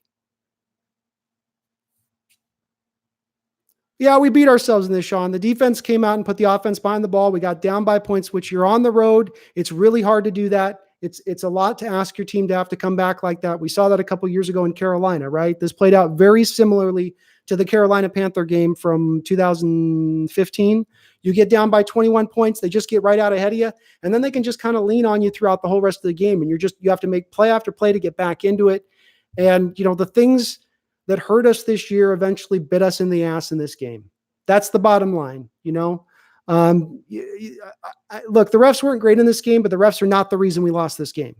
I'm not going to blame this game on the refs. There's been games this year I didn't like how the refs called it, but the way this team came out defensively and allowed the Packers to basically go up the field and score touchdowns on them was the reason we lost this game, in my opinion. Obviously, the offense could have played better. Obviously, they could have gotten it going a little earlier. It would have been helpful not to come away with just 3 points in that first half. But I'm with you, 7, man. I feel you guys. This one's going to hurt. This one's going to hurt. Yes, but the defensive player has to avoid helmet-to-helmet not on a tackle, Sway. Not on a tackle like that on a ball carrier. No, they don't. If it's a blindside or something like that, they're running up. But if it's on a tackle, they're both going to the ground. His helmet didn't hit him until they both landed on the ground. It wasn't that he hit him with the helmet, and then when he slid to the ground is when the helmet landed, after he landed on top of him. Again, if you were right, Sway, if what you're saying is correct, he would have gotten fined. In games where guys have that play happen, they eventually will get fined if it's determined there's any sort of dirtiness at all, and he wasn't fined. So Sean, yeah, it's a bad call, Fat Pugs. I agree. Look, the guys, the play should have been down, should have been called down. It is what it is on it. That's horrible, but this team could have put themselves in a position to not be put in that position at the end of the game too. And they had a lot of control throughout that first half to make some plays and do something, and they weren't right on it right from the jump. It took them a while to get going on both sides of the football, and the Packers were ready to roll pretty much right from the gate on both sides of the football. And it's in the NFL, if you put yourself behind you too far, it just becomes too much to try to come up from it. My feeling in the draft is that we've got to get back, whether it's draft or trades, this team has got to get back to its lines. In this game, we couldn't run the ball in the first half, despite the fact we want to be a running team. You want to impose your will on teams. If you want to be a running football team, then what you've got to do is you've got to have talent on that offensive line to execute that. So when you've got Joey Hunt, who's 5'10", being trotted out there, When you've got a guy like Jermaine Ifedi, who's league average, but with penalty problems. When you got DJ Fluker, who's a great run blocker, but not necessarily great in pass protection. When you have Mike Upati, who's great in run blocking, but not necessarily good in pass protection. When Dwayne Brown is your really only good pass protector, that's a problem. And that's you can't, they keep trying to kind of short sell this a bit year in and year out. Oh, we got a potty. Well, we'll sign Fluker to a 3-year, $18 million deal. It's not enough. It's not enough. If you want to be a pass happy team and switch to that, then you can go cheaper on the offensive line because it's easier to find pass protectors than it is to find road graders who can be functional in pass protection. You're making it a lot harder this way. But I come back to my move I would love to see made would be this. You package 2 first-round picks and you go get a Pro Bowl guard. The guy I would look to get is Quentin Nelson from the Colts. I think the Colts will be open to trading him. They need a quarterback. He would be an ideal left guard fit for you right in. You could slide him right in next to Dwayne Brown. And suddenly now you've got the most dominant left side of the line that you've had since you had Walter and Hutch over there. That's what I would like to see. I'm super excited still for next season. Don't get too down, 12th man. Don't get too down. We've got over $70 million in cap space. We have a small amount of free agents that we have to re-sign. We played the number 1 strength of schedule in the NFL this year, and we still came away with 11 wins. Think about that for just a second. You played the hardest schedule in the entire NFL, and you still not only got to the playoffs, you won a playoff game. That's also despite having half of your team injured by the end of the year. They overcame quite a bit this season to get where they got.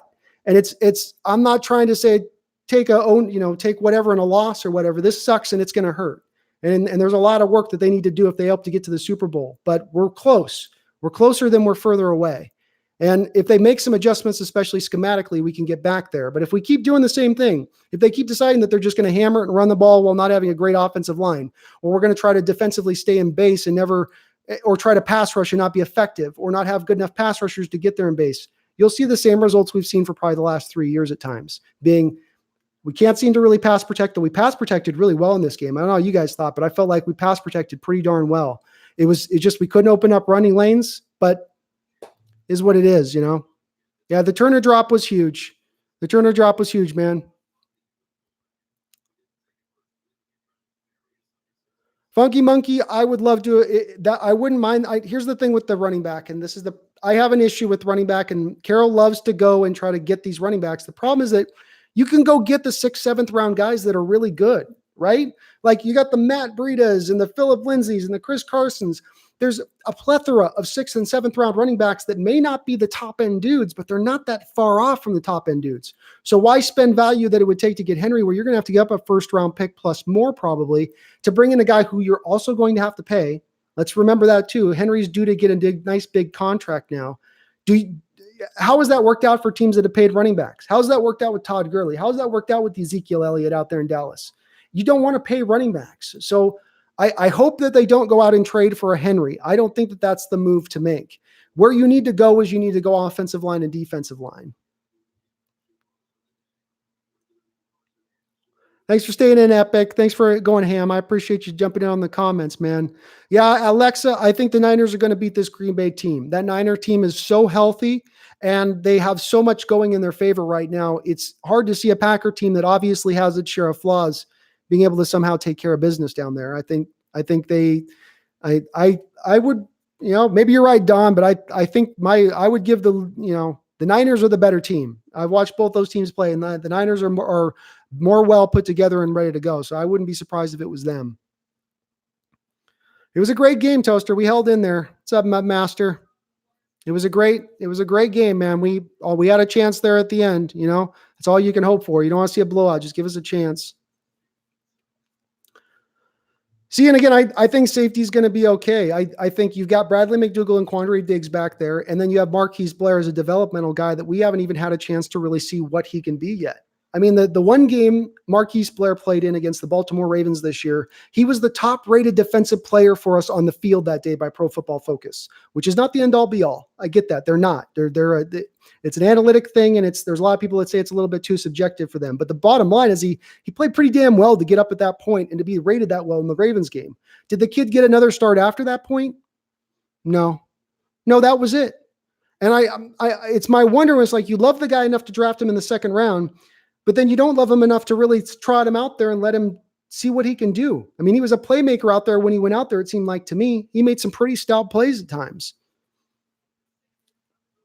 And I think, again, too, the secondary will be improved by the defensive line will kill two birds with one stone. You get a better defensive line, you get quicker and more effective pass rush. You shorten plays. You give quarterbacks less time in the pocket to operate. That creates more that creates more interceptions. That creates them having to get rid of the ball quicker than they want to before the route is fully developed. And so I think that that's going to help that if you go that route.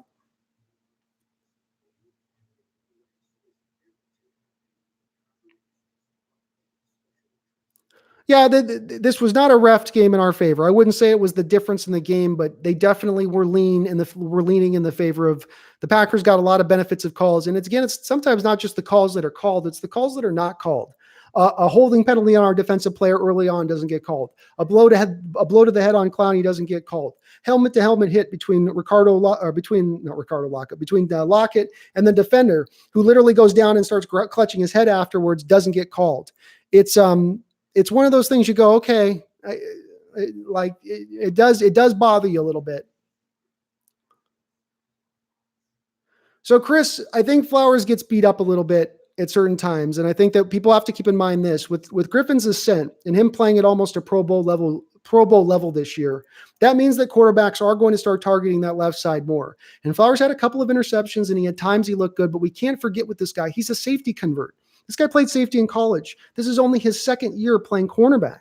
And so I'm apt to want to give him a try to still continue to develop out there. And I think, again, some of the issues with these guys in our secondary getting exposed have to do with the fact, how often do quarterbacks get 6, 7, 8 seconds to throw back there where we just are not getting any pressure, especially when they're doubling Clowney and there's just nothing there. They're just having a sandwich, sitting back there, taking their time, letting everything just kind of develop. You get that pass rush. You look at the Niners. This is another example. Look what they've done. They've stocked that defensive line up with first-round picks and true talent down there. Their secondary's all right. Obviously, Sherman had an all-pro day, and their nickel corner is great, but their safeties aren't that good. And Akilio Witherspoon over there is having a horrible end to his season, but yet they're still able to be dominant because that defensive line overcomes any deficiencies they have in the secondary, and that's huge. I definitely would like to see Ken Norton fired after this point. I have not. Ken Norton did not do good in Oakland as a defensive coordinator, and that was when he had Khalil Mack, and he's not done good since he's been here. It was a what I call a nepotism hire, in my opinion, a guy that had been part of Carroll's regime, and he didn't want to bring a new guy in. And that's, again, part of my thing with Carroll's is that he's got to learn to adapt or die, change, move, allow yourself to do something different. If you just try to do the same thing over and over again for years, as the game changes, as rules change, as things fluctuate and go, you're not going to get better results that way. It's, what do they say? That's the definition of insanity, doing the same thing over and over and over again, having failed results and expecting it to suddenly become successful. So I'm not as much on the get Flowers out of town. He had a tough day today, maybe a little bit, but I think he's a guy who will continue to develop, and I think he'll be a solid player for you out there. The thing to keep in mind is we're not going to be stocking up Pro Bowl players at every position on this team in the way it's set up anymore. Not like the LOB days. We won't have the money or the allotment of cap space to be able to create that. There's going to be some positions you're going to be at league average at. You got to pick and choose where you've got some prime real estate. That's why I say the prime real estate should be down on the defensive line. Whereas this year, where did we really put the prime real estate on defense? We spent all the money on our linebackers. You had KJ Wright making $7 million a year. You got Bobby up there over $15, $16 million a year, and even through your third linebacker, $4 million for this season. So you put $21 million into your linebackers this year, and linebackers aren't going to get to the quarterback, as we saw with all the blitzes that we tried to attempt. It was a great year, Fookie. I take it as a good year. And look, with $70 million in cap space, with 2 second-round picks, with the 4 compensatory draft choices that we're going to get back from lost free agents for last year, you've got a lot to restock and retool here. The cupboard is not bare. So you've got a lot they've got flexibility. They can go any which way they want. They can make some real big splash moves, which I would expect them to do. But I agree, Luis. Ken Norton, to me, I can't help but think that part of him going to them, the Seahawks staying with this 4-3 base for so long throughout the season, being unwilling to go to their nickel corner, I just can't help but think a large part of that was Ken Norton's deciding, because he's a former linebacker, and a former linebacker is going to want to keep as many linebackers on a field as possible, you would think.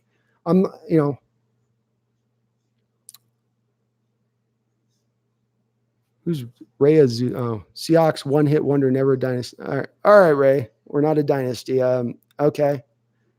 People love to harp on that. Is that to take away our Super Bowl win or the fact that we went back to back-to-back Super Bowls? Like, and that the fact that we've been good for the last 10 years? I never quite understand what it is people are trying to say when they say that.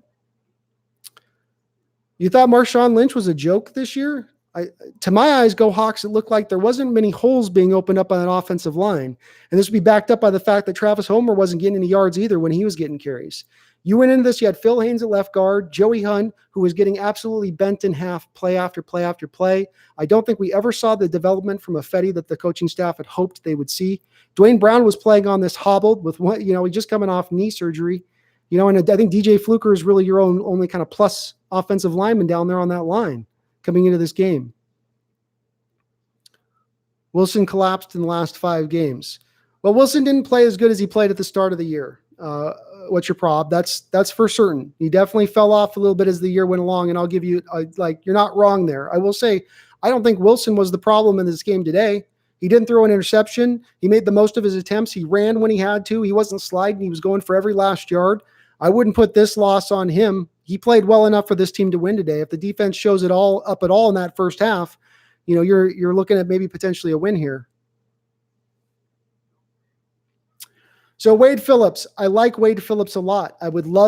Ideally, I would like that kind of hire, Fuki. That's your thinking in the line. Go outside of your comfort zone, Carol. Go to something that is, outside of what you would normally do. And that would be exactly that type of hire. Wade does like to run a 3-4 though. He tends to be more 3-4 in how he goes with his looks. He is multifaceted though. He moves his defensive lines around, so he does have a way. And that Ram defense this year wasn't, in my opinion, that wasn't really the problem with that team necessarily. They had a lot of issues on that team, but I felt like the defense played overall solid. They had some injuries at times. I wouldn't mind Wade Phillips. I think he would be an upgrade over Norton by far.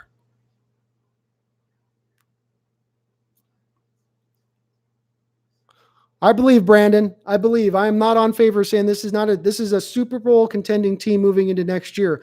I can't believe that we're going to have to go up against the number 1 schedule again next year. I can't, by just odds, I would think that we would be more in the middle of the pack as far as strength of schedule. And if we were playing this year the 15th rated strength of schedule, let's say, as opposed to the number 1 overall rated strength of schedule, do you guys think there would not have been maybe a couple more wins in there that would have gotten us that home field advantage and bye through the playoffs? I think so.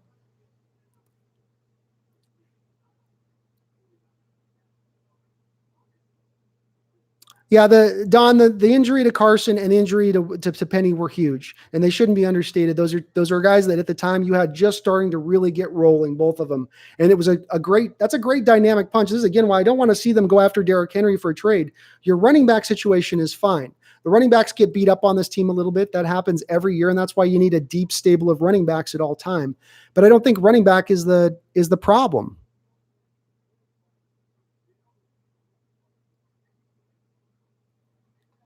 Fuki, that's what I'm saying. A fully reloaded defense, like we kick Ansah to the curb and we take his money and allot it to something that's a more sure deal as far as a pass rush goes. Every year there's always guys in their 30s as far as pass rushers who you can bring in at a discounted rate and have them as rotational guys. They may not be able to stop the run as well, but you can have them come through and rotate them through, and actually they're going to give you 6, 7, 8, 9 sacks a year. It may not be in that 15 realm. They may not be dominant, but it's that sort of that Cliff Averill, Michael Bennett type player that we were able to bring in on those kind of low-end deals initially. I'd like to see them try to replicate that again. And this offseason, they shot for the moon with Ziggy Ansah. They're thinking we'll have we'll have this prime pass rusher out there, but Ansah was done. You put a fork in him. I was finished.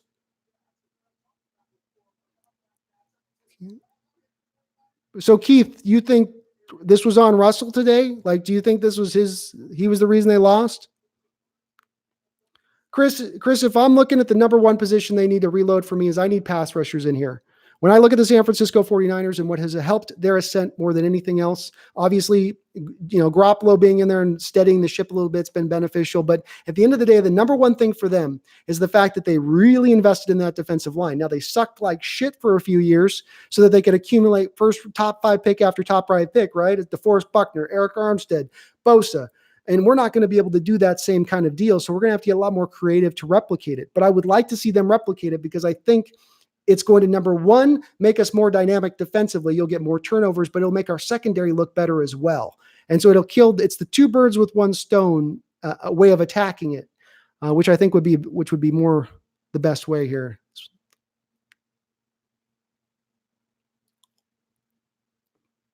Yeah, I don't think it was Russell's fault either. I felt like Russell really played, and especially that second half. He did everything he needed to do. If Malik Turner holds on to that key catch there instead of dropping the ball, who's to say they don't just go right back down the field? I mean, they're rolling at that point. Yeah, I re-signed Clowney. And I don't care about his sack numbers. And anybody can point to me the fact that, he had his injuries and he only got 3 or 4 sacks. I signed him to the $20 million a year. I'd like to not have to sign him to the 23 that Clark signed. I don't think that he should be paid up at that point. But if I can get him at the $20 million range, I'm doing it all day long. And I have a feeling that he would be willing to sign that type of deal. But I think you've got to sign Clowney. That is absolute at this point. Dixon is gone. Yes. No, I'm done with Dixon. He's been nothing but injured. And I would like to see them, if they can go out. The Tampa Bay Buccaneers have a tight end. I forget his name right now. He's a highly drafted guy a couple of years ago. Hasn't worked out. And Bruce Arians' system doesn't really utilize the tight end that well. Seattle tried to trade for him at the deadline. I'd like to see them maybe potentially look at him as a potential target as well to upgrade. Because Disley coming back is all well and good, but I'm not trusting his health at this point. O.J. Howard, that's it. I would like to see them take a look at O.J. Howard. I think you could potentially get him in a 3rd round type value because he's kind of on the outs there with Arians. Arians just doesn't use tight ends. He likes 3 wide receivers and he moves the tight end off the field.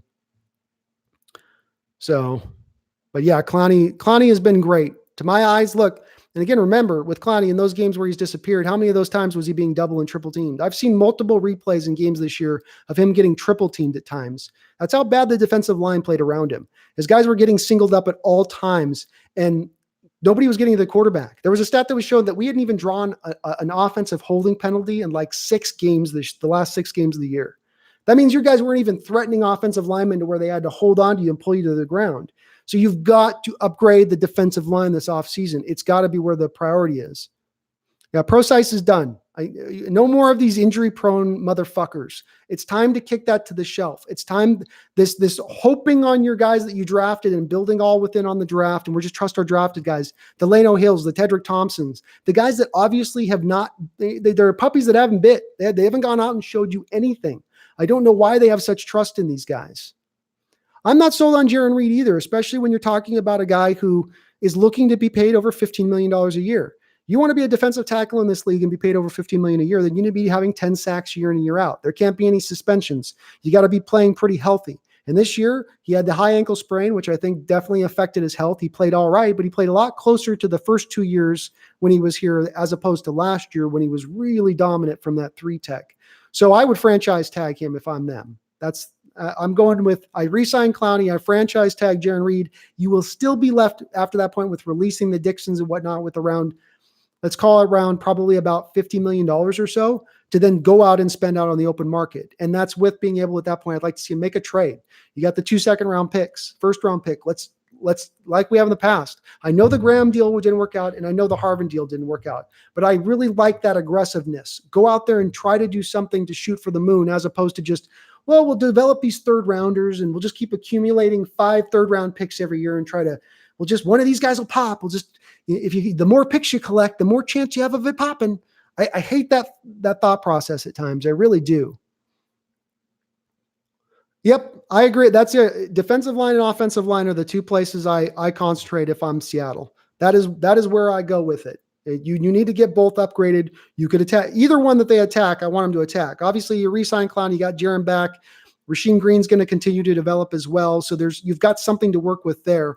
The offensive line does need some help too. And my number, if I had a 1 dream move to make this year, I go a 3rd. If I can get away with it, I do a 1st and a 3rd to try to get Quentin Nelson from the Colts. But I'll go up even as high as potentially 2 1st-round picks to go get Quentin Nelson from the Colts or a player like that, a young guard or a young tackle just moving into his prime.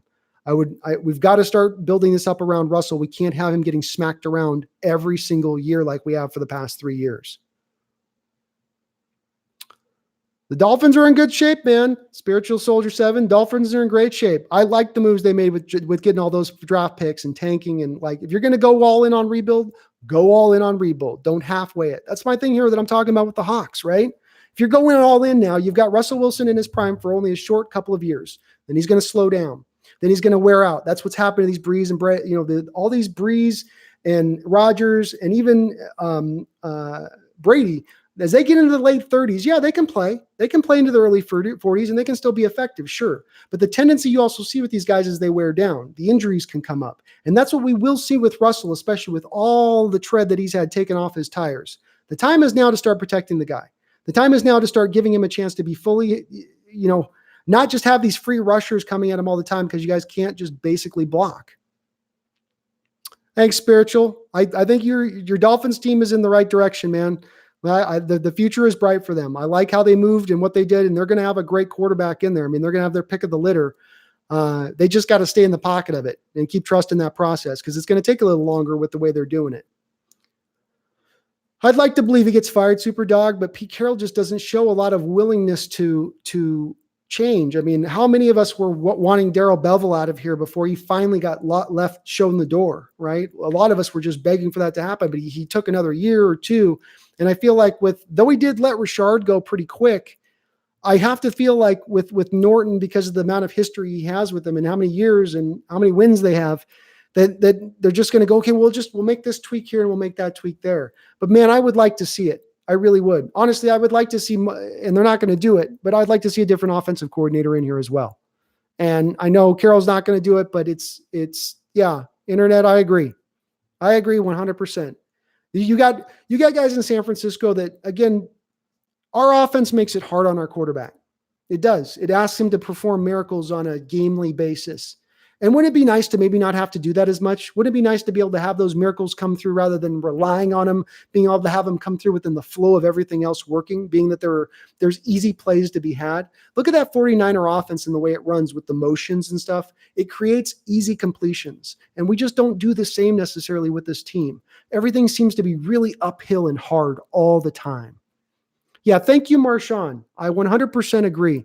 Marshawn's got to be given credit here. I thought he came in and gave it his best. He had the touchdown run in this game. He had a touchdown run in every game he was in. He didn't have a lot of yards, but guys, there were not a lot of holes. Our offensive line was creating no holes in either of these two playoff games. You were playing against some tough fronts, but that Packer defense, you should have been able to develop some holes against them. They gave up some runs in this year, and we just weren't able to do anything.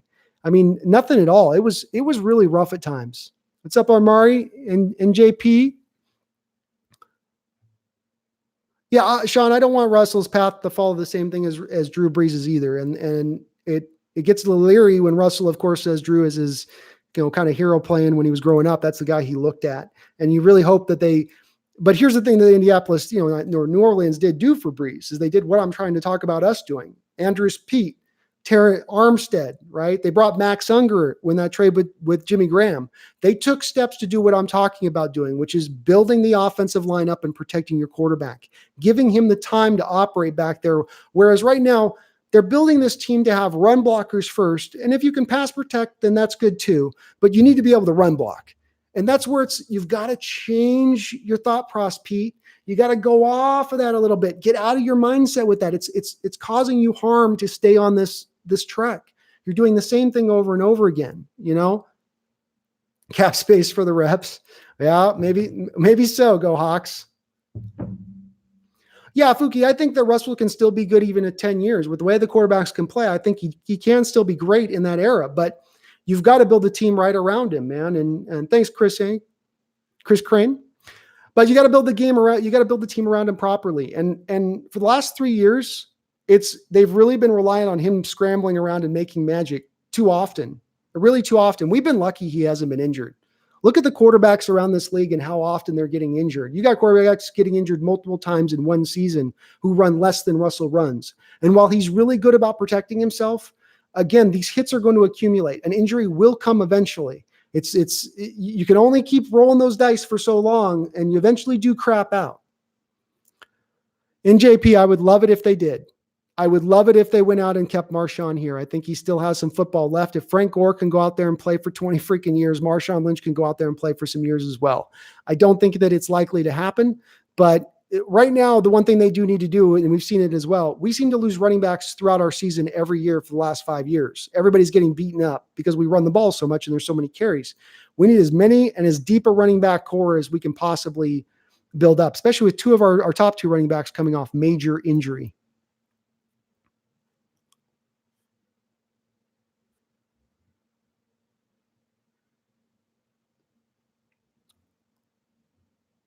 Yeah, Jonathan, I think Dwayne Brown was a great move to be made at the time. I think it solidified things for Seattle, and Dwayne's been a good addition. But Dwayne is also a 35-year-old left tackle. And while there's guys like Andrew Whitworth with the St. Louis Rams that is able to still play and to be 39 years old, I think he's coming back next year.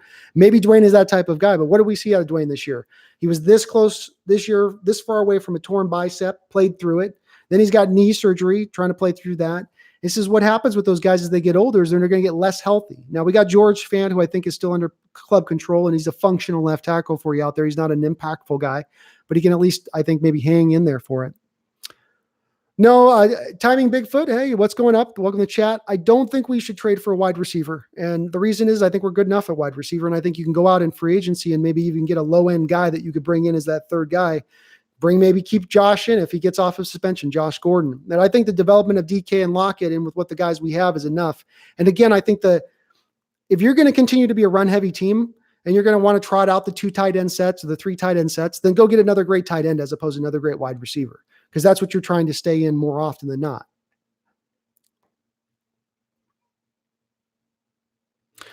The reason that you don't have Devontae, and this is again schematic stuff, which I harp on and I'll continue to harp on, is that schematically the way this team is set up is they're not set up to double. We play cover 1 and cover 3. So very oftentimes what you're asking your receivers to do is to drop into a bail technique, go back 5 to 10 yards and try to read the play as well as you can, which means you're going to allow for the completions underneath in that circumstance. But what that also means is that all the rest of the players on the football field are now playing an individual zone. And it gets very hard then to move a player out and have him go double somebody up, because then now you're leaving a hole in one of the zones that in your schematics, there's supposed to be a guy in that zone. That's why you don't see them double up very often. I saw one game this year, the first Philadelphia Eagle game with Zach Ertz, where we doubled up the tight end. But I've not yet seen the Seahawks consistently willing to double up a wide receiver on the outside. Do I think Pete needs to go? What's up, Rory? Hello, pretty good, good Shaw. Yeah, it's not a matter of him probably being fired. It would be a matter of him deciding to retire. I would say this. All old coaches have to ask themselves this question: has the game passed me by? And I would answer that the game has passed you by if you are unwilling to adapt and change to the way the game is changing and adapting, because football is never staying the same way, especially with the rule changes we've seen over the last 20 years and the move away from physicality. That impacts Carroll, because at the base in his heart, that physical way of playing football on the defensive side of the ball, getting your hands on guys, that was elemental to the way his defenses played back in the day and how he wants his defenses to play. He's had to change that up a little bit as time has gone on. And he's made some slight adjustments to it, but they've really just stayed in the same stuff. They tried this year to blitz. Up until this year, every other year in Carroll's tenure, we blitzed the least amount of the league. 32nd every year, 32nd every year, 32nd. This year, we got all the way up to 12th. That was their big schematic adjustment. We'll stay in base 4-3 and we'll try to blitz more often. And it didn't work. You weren't successful in doing this. It didn't equal out to more sacks. You weren't developing more pressure. This game, there was one play in particular we tried to blitz, and Aaron saw the blitz coming from a mile away. These quarterbacks were able to recognize it. And I would argue that part of it is that in the 4-3 defense, it's harder to be a blitz-heavy team in the 4-3 because you can't run as many zone blitz concepts that you can run out of the 3-4. It's not to say I want to transition to a 3-4. It's just to say that if you're going to be a blitz-heavy scheme, it's better to be a 3-4 than a 4-3 if you're doing that. Yeah, Lincoln Riley would be a dream. Fuki, you just hit on something I think that would be what my dream scenario would be, but I don't think it's likely to happen. Bringing a Lincoln Riley guy in to be the head coach for Pete Carroll instead of Pete Carroll. I would love to do that because he's not going to come in as an offensive coordinator. That guy's going to be hired as a coach on the next job. The head coach is the next job he takes. But that's the type of move you need to make at this point. Get a dynamic offensive mind who can run a modern day NFL offense, not a 1985 offense, not a ground chuck offense, a 2020 offense, one that implements motion, one that implements more bubble screens, one that is more diverse in its route concepts. That's what I'd like to see. Isaac Brown, I would prefer with the first round pick, I would prefer they package the first round pick and go get an offensive lineman that is certain, that is established. Offensive line is a really tough position to draft out of college right now because of the spread concepts are proliferated throughout college football. And so getting linemen that can go downhill and block in the run game is hard to find. So to me, overpay a little bit in draft capital to go get a prime offensive lineman out there. The guy that I've mentioned is Quentin Nelson with the Indianapolis Colts. Go get a guy like that. And I think you could stabilize this line real quick by bringing in some upper level talent at that position. Kick Jones out to right tackle. Jones will be a better pass protector at right tackle than Jermaine Ifedi will. You'll lose a little bit in the run block game, but I would argue that you're going to keep Russell a little bit cleaner in that circumstance. And if you've got a dominant left side, then you can just hammer that left side all day in the run game. No, Fuki, unfortunately, I don't think that there's a chance they trade up, because not once in 10 years of John Snyder being the general manager or Pete Carroll at head coach have they traded up in the draft. In the first round, I should say. Every time they trade up, it's in the second or third round like they did for DK. And they do that pretty well. I would love to see them trade up. I think some of the issues that we run into here is that we have not been in the top 15 in 10 years. We haven't picked in the top 15 in 10 years, man. You've been trying to get by on free agents and plucking out those diamonds in the rough later on in the draft, and it hasn't worked out great. And to me, it came to the shit show end of it this year with the LJ Collier pick, which I absolutely hated at the time. And now I even hate it more because you had 16 defensive linemen drafted before him in the first round. It's unprecedented. You've never seen this many defensive linemen taken in the first round in the history of the NFL draft. So what do? Oh, let's pick another one. The draft's just that talented for defensive linemen. That's why I say package the first round pick. You haven't done good with these late first rounders anyway. You're going to be picking in the back of the first round anyway. Try to get a team that thinks that they're going to maybe be able to get a couple of the picks, and maybe you'll have a crap season and then it'll go up higher than it will. I'd much rather that.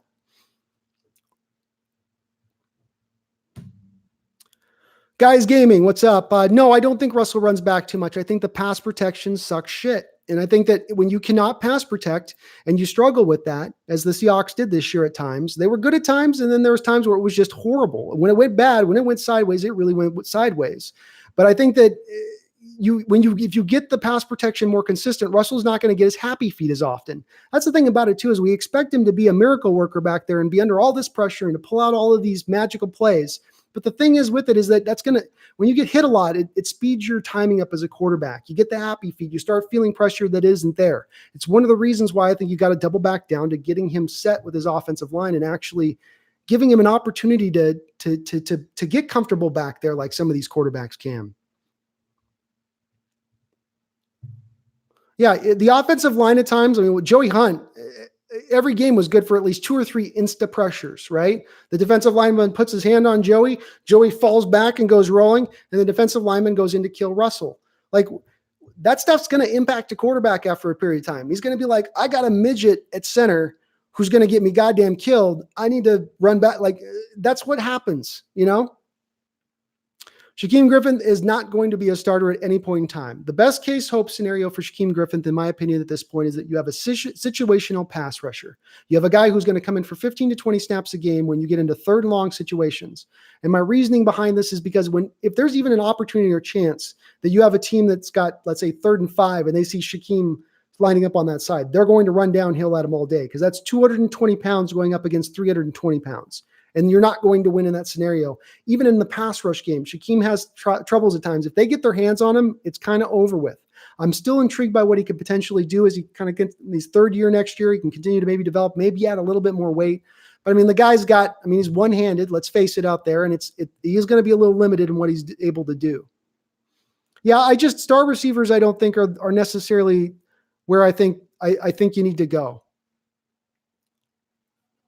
The best pass play of this game, man, there was a couple of them in this game. Probably the Russell throw where Lockett got there was a throw. I'll throw you the best throw. Russell's rolling to his left, and he throws it back across his body to Lockett over the top of the linebacker, who was really tight in coverage. Russell's got a window of about this big to throw that ball, and quarterbacks, as they're moving to their left, throwing back across their body like that, it makes the scale of difficulty go up that much harder to make that type of throw. What else we got, Odell? Yeah, Fuki, I think we could go out. The thing that you might be on the right track with, Fuki, is the guy like A.J. Green, though, where I say don't go out and necessarily sign a big-time receiver. A guy like A.J. Green is not going to cost you a ton of money. He missed the whole season with being injured. He's been injured-prone for the last few years. You could maybe go out and sign this guy to a 2-year, $10 million deal, let's say, or something in that realm. That wouldn't be a bad move to make. It's low cost, and it could work. Nope, cornerbacks are good. I think Flowers will continue to develop over on that side. I think Shaquille Griffin was just barely missed going to the Pro Bowl by this much. Quandre Diggs was a Pro Bowl alternate, despite the fact that he only played in half the games for us. And obviously, I think Bradley McDougall is definitely a functional safety back there for you. And I like the potential of Marquise Blair still. I'm still the needle goes up for me on that kid as far as I'm concerned. But the issues on this team are the defensive line and the offensive line. That was the problem with us this year. You could make the argument if we had a little more of a dynamic tight end. Russell worked really well with Disley, having him in there at tight end when he lost him. The offense really backed up when you lost that tight end. So getting a tight end wouldn't hurt either. Sean, I don't get the Lano Hill Tedrick thing. I don't get it, man. It will be, if I could just shake the shit out of Pete Carroll and go, what the fuck were you thinking? Why did you put Tedrick Thompson out there and Lano Hill out there as opposed to Marquise Blair? What is it that you saw in their play consistently over the last 2 years up until this point that led you to believe in any way, shape, or form that these guys were going to be upper level players for you out on the football field? Because that's the thing with Marquise Blair. We don't know what he is yet. We've seen splash plays. We've seen him lay some hits. We've seen some potential there. I can't say the same thing about Lano or Tedrick Thompson. I don't get it. I don't get the love affair with those guys. I really don't. And it drove me crazy this year because when Tedrick was in there, he was good for one time a game. What's the free safety's one job in this defense? Like the thing we asked Earl to do for years, you play that deep half. Like Earl's out of frame most of the time during the telecast, right? For this very reason, because Carroll is so adverse to the big play. Does not want to give up the big play. But what did Tedrick do every game this year? Big play over the top. Big play over the top. I didn't, just hard to understand, man. Hard to understand at time. What's up, Central District? Megan Riaz. What's up, man? What's up, girl? Yeah, the thing with Clowney, too, is that Clowney's effectiveness is going to raise up if you get a better pass rusher on the other side. If we can get some, because right now teams are going to double the hell out of him next year. If we tried out what we try to go, if we just go, okay, we're going to trust Shaquem Griffith develop, we're going to trust Rasheem Green develop, we're going to hope that Jaron comes back healthy next year, and that'll be good. If they do that, you're going to get Clowney doubled up all over hell, and it's just going to it's going to be the same thing we saw this year. You can't take small steps here. We got to take a big step. We're close, but we got to take a big step. Just because you're close doesn't mean it. We can't still need it. We don't still need to potentially shoot for the moon here. I wish I could have you call in, man. I don't have a call in. This is like my second live stream with this type of deal. So yeah, Keith, you know what, Keith, I think it is it's a little bit, it seems to me at times like a punch drunk fighter, like no matter how tough a fighter is, eventually when you get your button pushed one too many times, it's been pushed one too many times, and it can instantly now be pushed seemingly at will by your opponent. And Carroll, like I was saying earlier, I felt like he just had a lot more guts and willingness to just be aggressive back in the day than he does now. I could be off on this, but it just seems like he's gotten risk averse. And that's outside of who he is as a coach.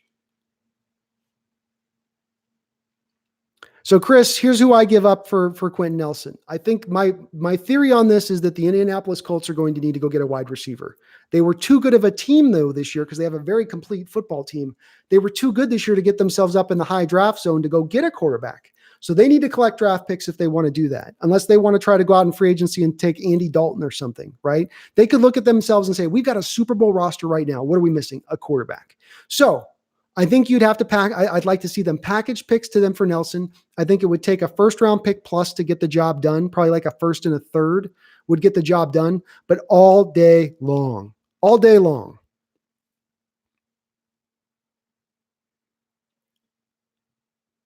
I'm not against it, internet. If that's the way they go about this offseason, I wouldn't be against it. I think, unfortunately, though, Carroll's not going to change his stripes. Zebra doesn't change his stripes, and he wants to run the football, and he loves Norton, and he probably feels like when he looks at the offensive numbers this year, and he goes, "Oh, look at how well we ran the football. Look at how efficiently we passed the ball." He's going to look at those and go, "Oh, Schottenheimer did a great job. Schottenheimer did amazing," but again, how much of this was reliant upon Russell Wilson being magical and special?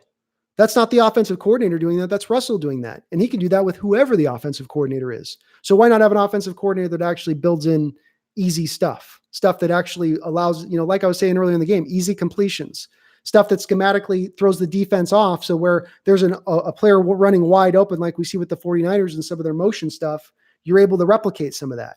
But we don't do a lot of motion. You notice that? Not a lot of motion on our team. Allows the defense to get themselves set and in position. which is the point of running the motion. But, neither here nor there. Marshawn got effed in the butt. Are you saying, Landon, are you saying that because he didn't get a lot of carries? Yeah, pretty good show. That's absolutely right on the button. And that's part of my issue here is that if it's the theoretic versus the reality, right? Theoretically, you're a running football team. So theoretically, you're going to have a lot of third and shorts then, right? But that's not what, as your stat points out there with Russell facing the highest percentage of third and longs again in the NFL, and that again being reduplicated from prior years. You're not getting out of the running game what you're trying to get out of the running game.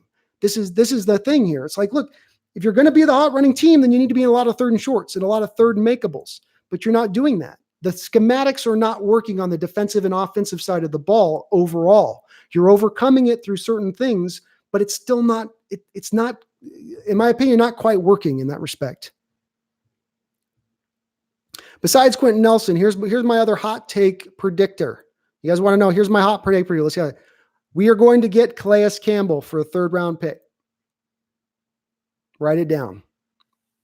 And in my opinion, that's a year too late, unfortunately. But he still is a great player. He played awesome for Jacksonville. Schneider has been coveting him for years, and I would look for them to potentially make that deal.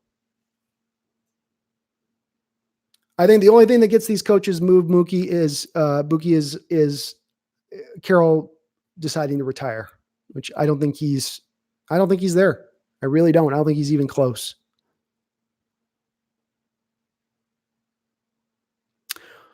No, I'm okay at running back. I am not re-signing Chris Carson right now. He is eligible to be re-signed to a deal. I don't give him a contract extension. I'll get pissed if they do. I bring him back. I bring Rashad Penny back. Homer, I'm very intrigued by. Let's not forget, Homer got drafted as a 20-year-old. This kid's really young. He's going to add on weight. He could even add on some speed here. So there's still some potential there. Bring in a 4th guy. You got Carson in the 6th, 7th round. And like I was saying earlier, you got your Matt Breidas, your Phillip Lindsays. You can get that type of running back in the late rounds of the draft. You don't have to allocate resources in financials or in high draft picks in order to get a really good running back. They can be found in other places. And I would rather those prime assets being we got one first round pick and 2 second round picks, a third, and some compensatory picks on top of that. So we'll have a lot of picks at the end of the draft if we want to trade some of those higher picks at the top of the draft. Yeah, Carson's I like Carson a lot, but the fumbles thing is a reality. I mean, he fumbled the ball too much this year. He did. And I don't know if it's an issue going forward, but I don't want to pay money on a running back, you guys. I don't want to give a running back money ever, anytime, ever. I got to see what happened when we paid Sean Alexander after his MVP season. I've got to watch every running back in my lifetime who's gotten paid and what happens as soon as they've gotten paid. And nearly all of them fall off a shelf. Nearly all of them do. They wear all themselves out to get that contract, and then it's over with. So why go down that road if you see it time and time again? Malik Turner's drop was the play. That was the play right there. You were rolling. Everything was functioning for you offensively. It was a wide open play. It's a 15-yard hit. You're at the 50-yard line at that point. I absolutely think Seattle goes down the field and scores if he makes that drop. But it was just, football's a momentum game, man. It really is. And things can turn and twist. Like I said in that first game, you're watching that first Texans game against the Chiefs, and the Texans are up 21-0, and they're rolling, and they're down inside the red zone, and it looked like they're going to go get another touchdown. And there's a 4th and 1, and things get mixed up. A guy doesn't get on the field. Something gets just twisted up a little bit. There's some confusion. They've got to call a timeout. Then they go for the field goal. They go up by 24-0, but something turns in that moment. And the Chiefs then come back from then on forward, and it was all the Chiefs from there on forward. It's just momentum is a big factor in things. Turner's drop was a huge momentum turn for us. Yeah, pretty good shot. I think that Carson's a great back. And again, the 6th, 7th round guys are going to have limitations. So they're not going to be the perfect running backs, but you can assemble a core of them and be able to rotate them through and be very, be effective and efficient, I would think. I don't think you have to go to shoot for the moon on a running back to make it happen. And again, you can always go make, like a guy like Leonard Fournette, for instance, you could maybe go make a trade for a guy like that at Jacksonville. I think that they're potentially looking at moving him, and he would be a guy that fits into the type of back that Carroll likes to have here. I would just like to see them no matter what. You're not paying. I'm okay with giving up draft capital for running back, just not financial assets for a running back. Landon, did I feel like the Packers got bailed out? Look, the call at the end is, in my opinion, he was short. Yes. Do I think that the officiating was in favor of the Packers rather than the Seahawks in this game? Yeah, I do. Do I think it was fixed? No. Do I think it was what cost us the game? No. If it's officiated more evenly, maybe we win it, maybe, but I can't say it for sure. And I've seen enough games that I've thought were fixed, that were horrific fixed, like 2005 Super Bowl against the Steelers fixed, that this isn't in that range of things. No, Charles. What's up, Spider Rico? Charles, Tommy Bigfoot. No, I think we're okay at DB. You fix the pass rush. You upgrade the pass rush. You're going to quicken plays. You're going to shorten the quarterback's time in the pocket. That's going to make our quarterbacks look a whole lot better.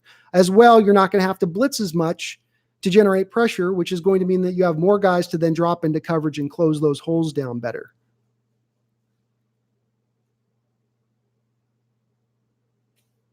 So I would still say I could see him drafting a cornerback, but a cornerback is that we were able to find those guys that are pretty darn good in that fourth, fifth round, sixth round phase, right? That's where you got the Richard Sherman. And I know people are down on Trey Flowers, but he was all right this year. Again, don't hate on Trey too much. This is a guy who was a safety in college, who's playing his second year at cornerback.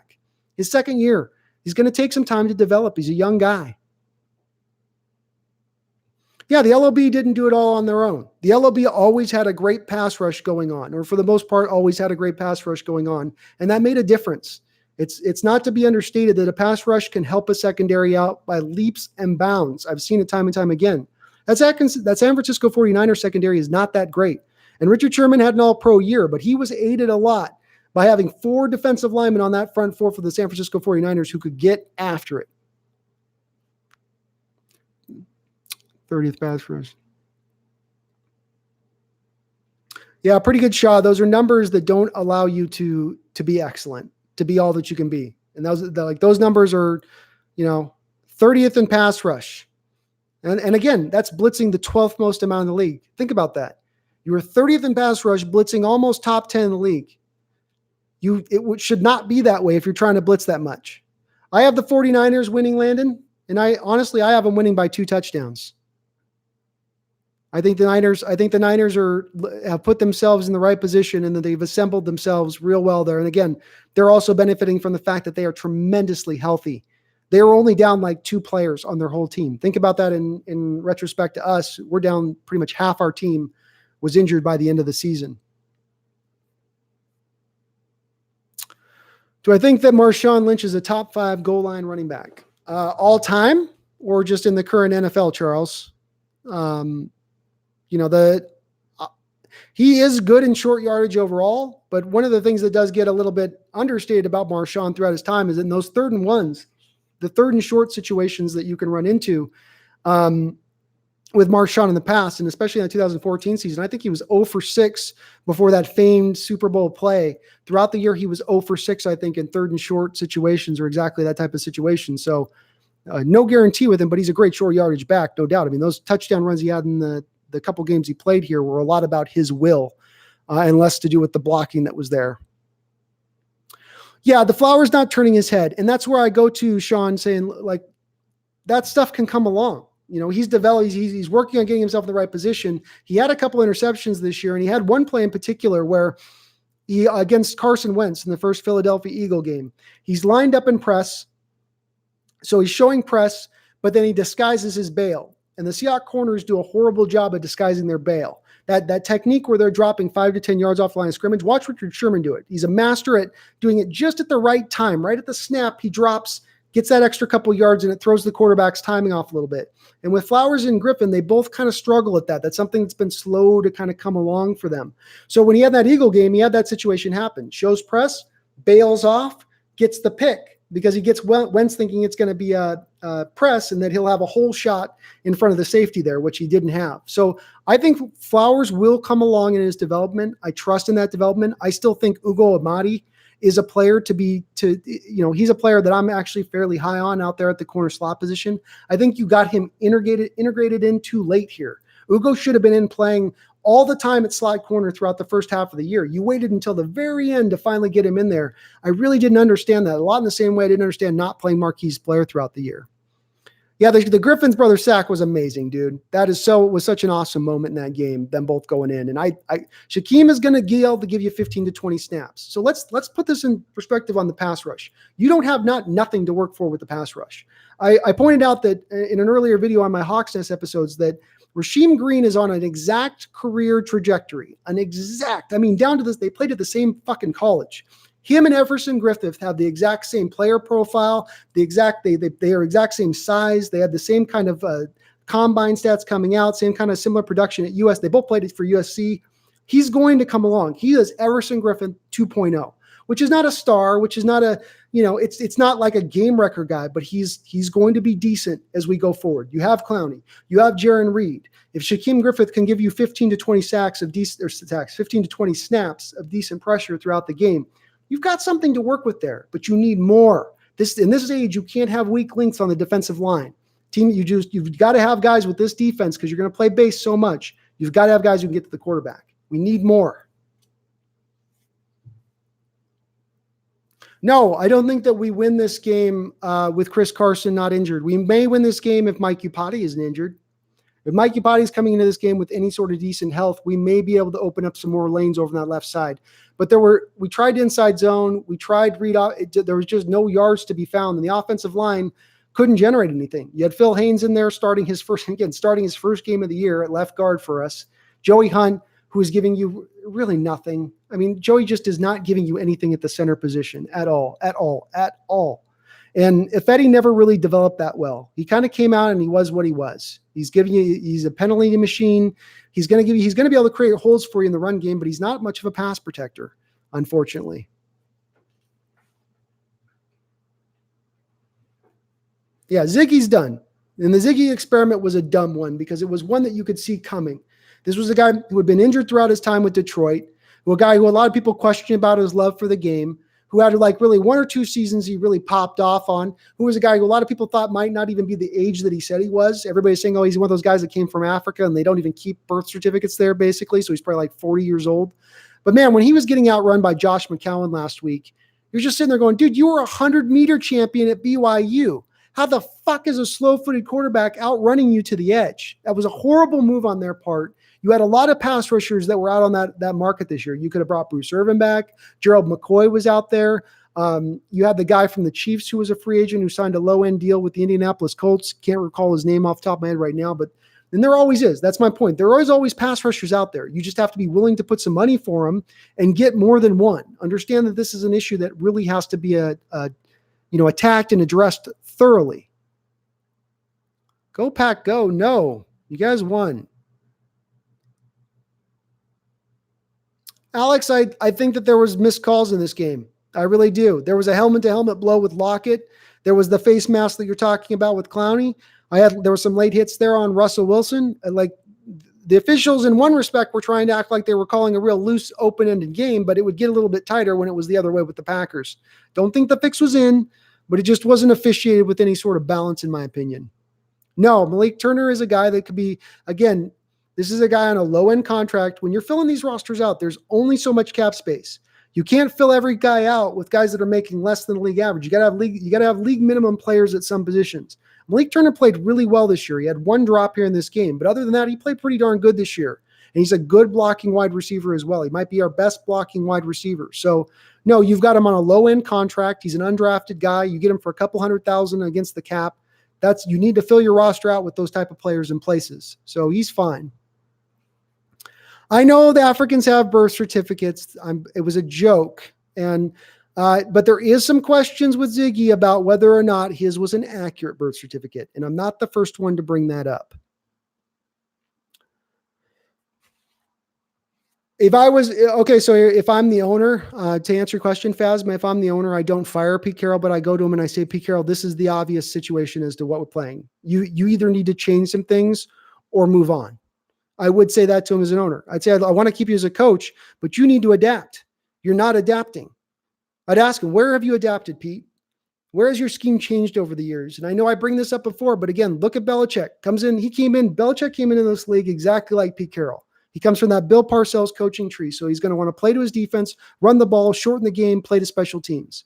That's the formula for him. But he realized he had a Hall of Fame quarterback. He realized the game was changing, that physicality was now not the name of the game anymore. Yes, it is still a component of the NFL, but it is not what it was even 10 years ago. And so he changed. He went to the spread concepts that no one was utilizing in the NFL at that time. He let Brady throw the ball all over the football field. And it won him a couple Super Bowls. Carroll's got to do a similar transition. He has to. The time is now. And if he doesn't do it, you're going to see the same goddamn results. Somebody could throw Clowney big money. There is no doubt Clowney could go out there and make some cash. I would say that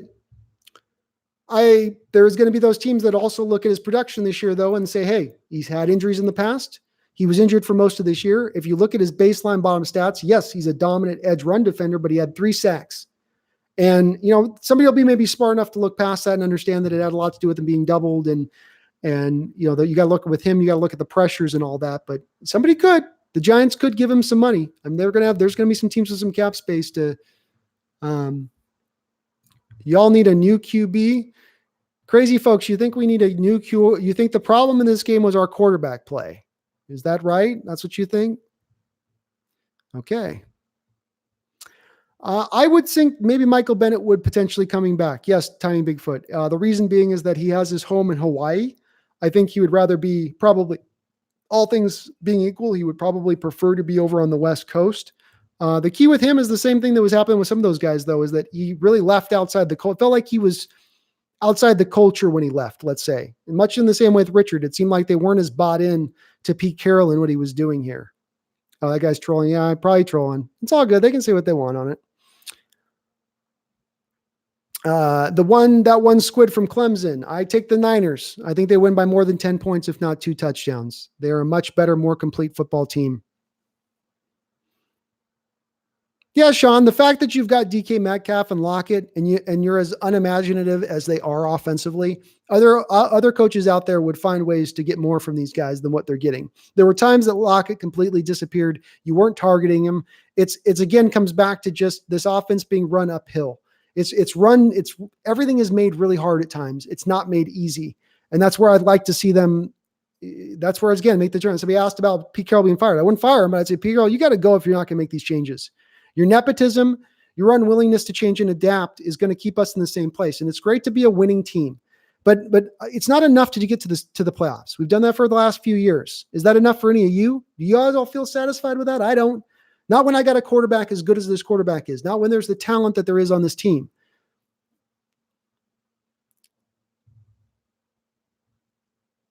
All right, Karen, Norton's got to go. It's time for Norton to take a walk.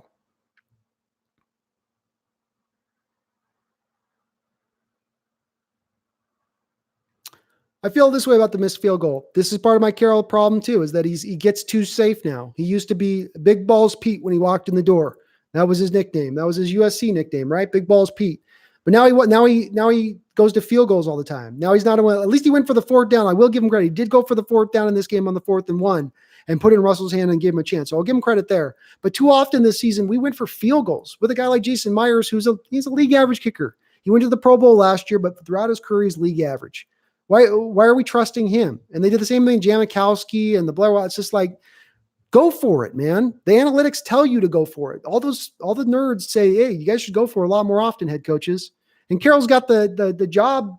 Where he's not going to get fired for making those kind of calls. You'd think he'd show a lot more guts.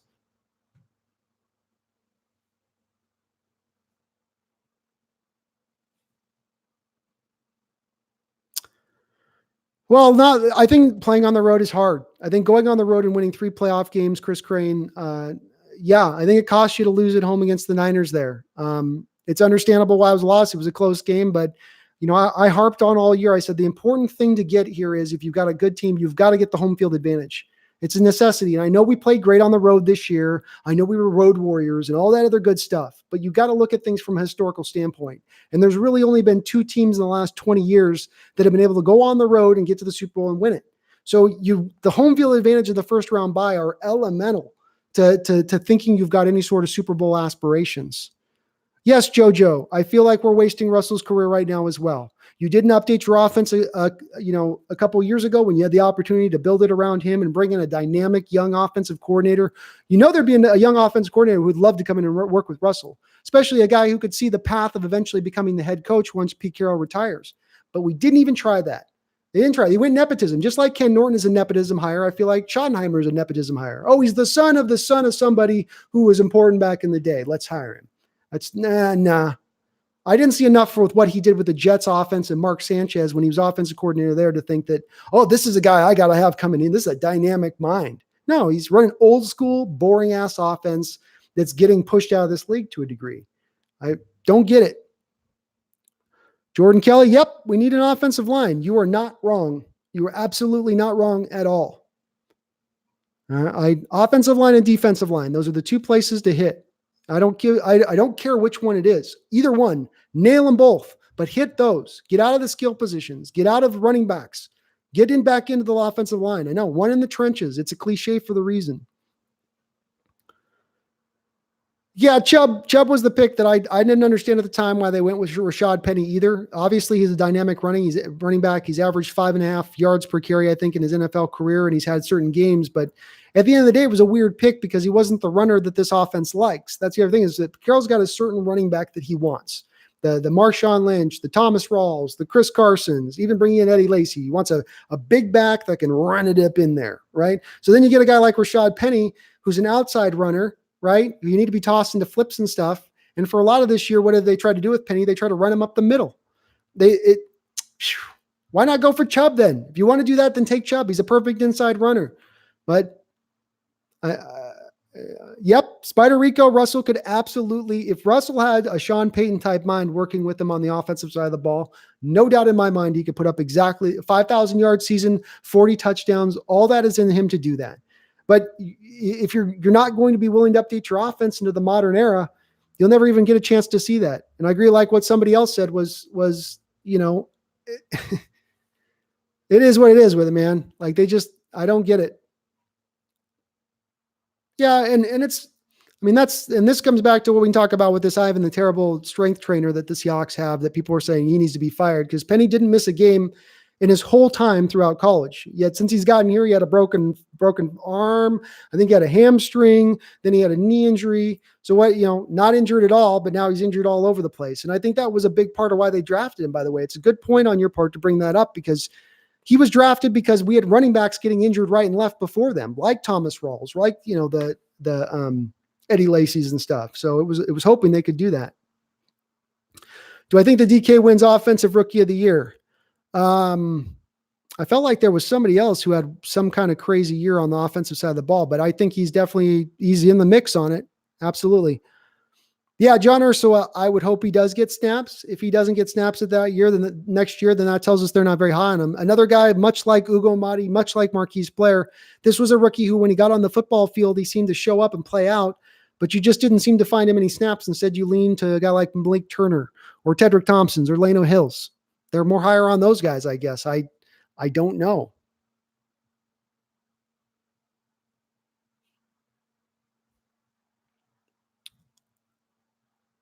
Yeah, I don't think the Packers, Landon, I don't think the Packers are going to win against the 49ers either. The Niners have got that energy going. They're healthy.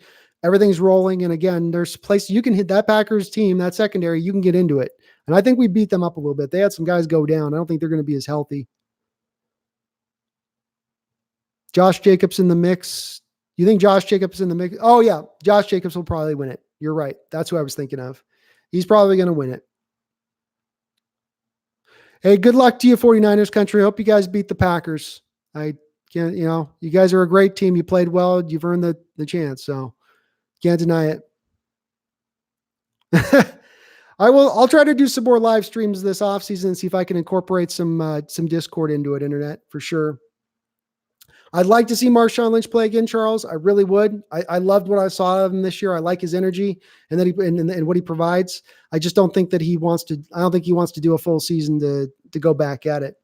Russell Wilson's not the problem. I'd like to see them bring in the Squid. I'd like to see them bring in an upper level offensive coordinator.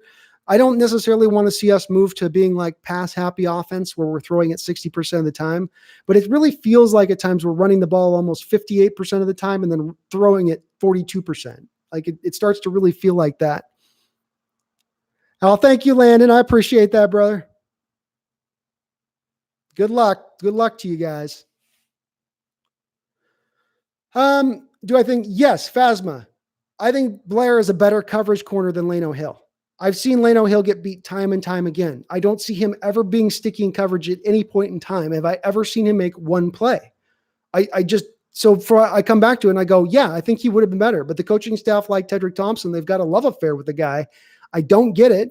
You'd think it would have shown up in over 3 years. We would have seen something pop at some point if it was there to pop. No, Niners are not giving up Bosa. He is there in perpetuity. They don't have to give up Bosa. Yeah, the draft class was great, Sean. I liked it a lot. And LJ is the one that's just sitting there like a wart that you look at it and you just go, man, that one hurts. That one really hurts because you got to feel like there could have been another player you could have grabbed at that spot that could have made a difference this year. Just having a player you kick the can on down and doesn't do anything in his rookie year. I don't get it. I don't know how you draft a first rounder and can't even find the football field. Yes, Josh Gordon, I think will be back. Hopefully he's not suspended for the full season. I would love to see him back because I think you wouldn't have to spend a lot of money on him. It'd be a low cost move with a high reward, low risk, high reward type move. Spider Rico, I think the Seahawks would have been 3-13 this year without Russell Wilson. Oh, thank you, Landon, man. I appreciate it, bro. Like I said, good luck to you guys. You got a great team. So now I think the Niners will win, but you guys are certainly going to be right in it. Yeah, I think Clowney stays with us. Sorry about the beeping, guys. I do think Clowney does stay with us. There may be a team that comes in there and blows him out of the water with a 25-year, $1 million offer. That's where it would get a little sticky, I think. If there's a team that comes in and goes, we're going to give you $25 million a year. Do the Hawks have the stones to do that move? I mean, like you got 3 sacks out of the guy. He was injured a little bit. I love him. I love Clowney. I was the guy pounding the drum for us to make the trade for him. But at that price, $25 million a year. Oh man, Landon, you're killing me with kindness here, brother. I appreciate it, man. I really do. My record for next season is this. I'm calling it right now, 14-2. I think we play much better at home. I think we're still very good on the road. And I think with the money they have, so let's remember that, let's just put this in totality. Over $70 million in cap space. We've got 4 compensatory draft picks coming back for losing Earl Thomas, losing Justin Coleman, Shamar Stephen, all those guys. You're going to get 4 picks. So you get a 3rd rounder, a 4th rounder, a 6th and a 7th for those guys, right?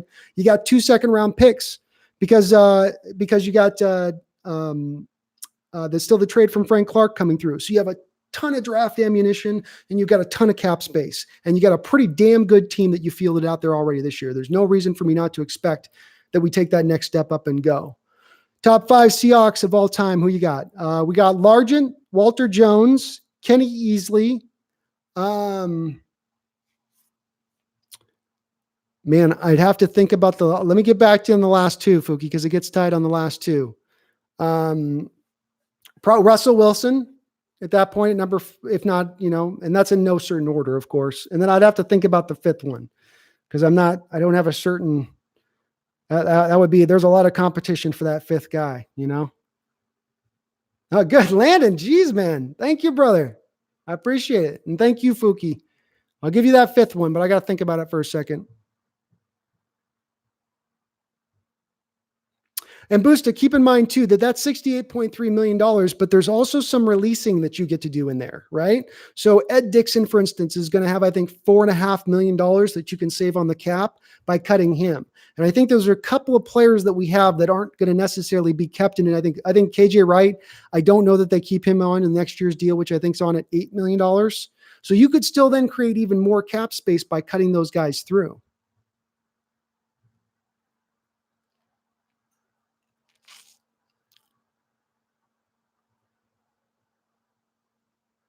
Have a good night, Chris. Thank you for dropping in, buddy. I appreciate it. Sean Alexander would probably be number 5. Yeah, you probably have to give it. Boy, that's begrudging, though, because I think I like Marshawn Lynch as a player more than I like Sean. But Sean's production, you cannot argue with. That guy put up so much yards. And and again, yeah, Bam Bam and Earl, it's really close there. I mean, that's where it does get tough. And then that fifth one's we're losing connection here. Okay. Got to reset the stream.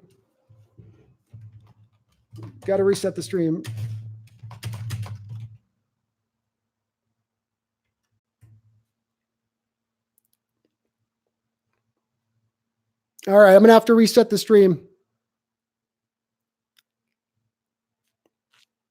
Yeah, I think my stream's breaking up, guys. So I'll reset it here just to at least say a good night to you guys.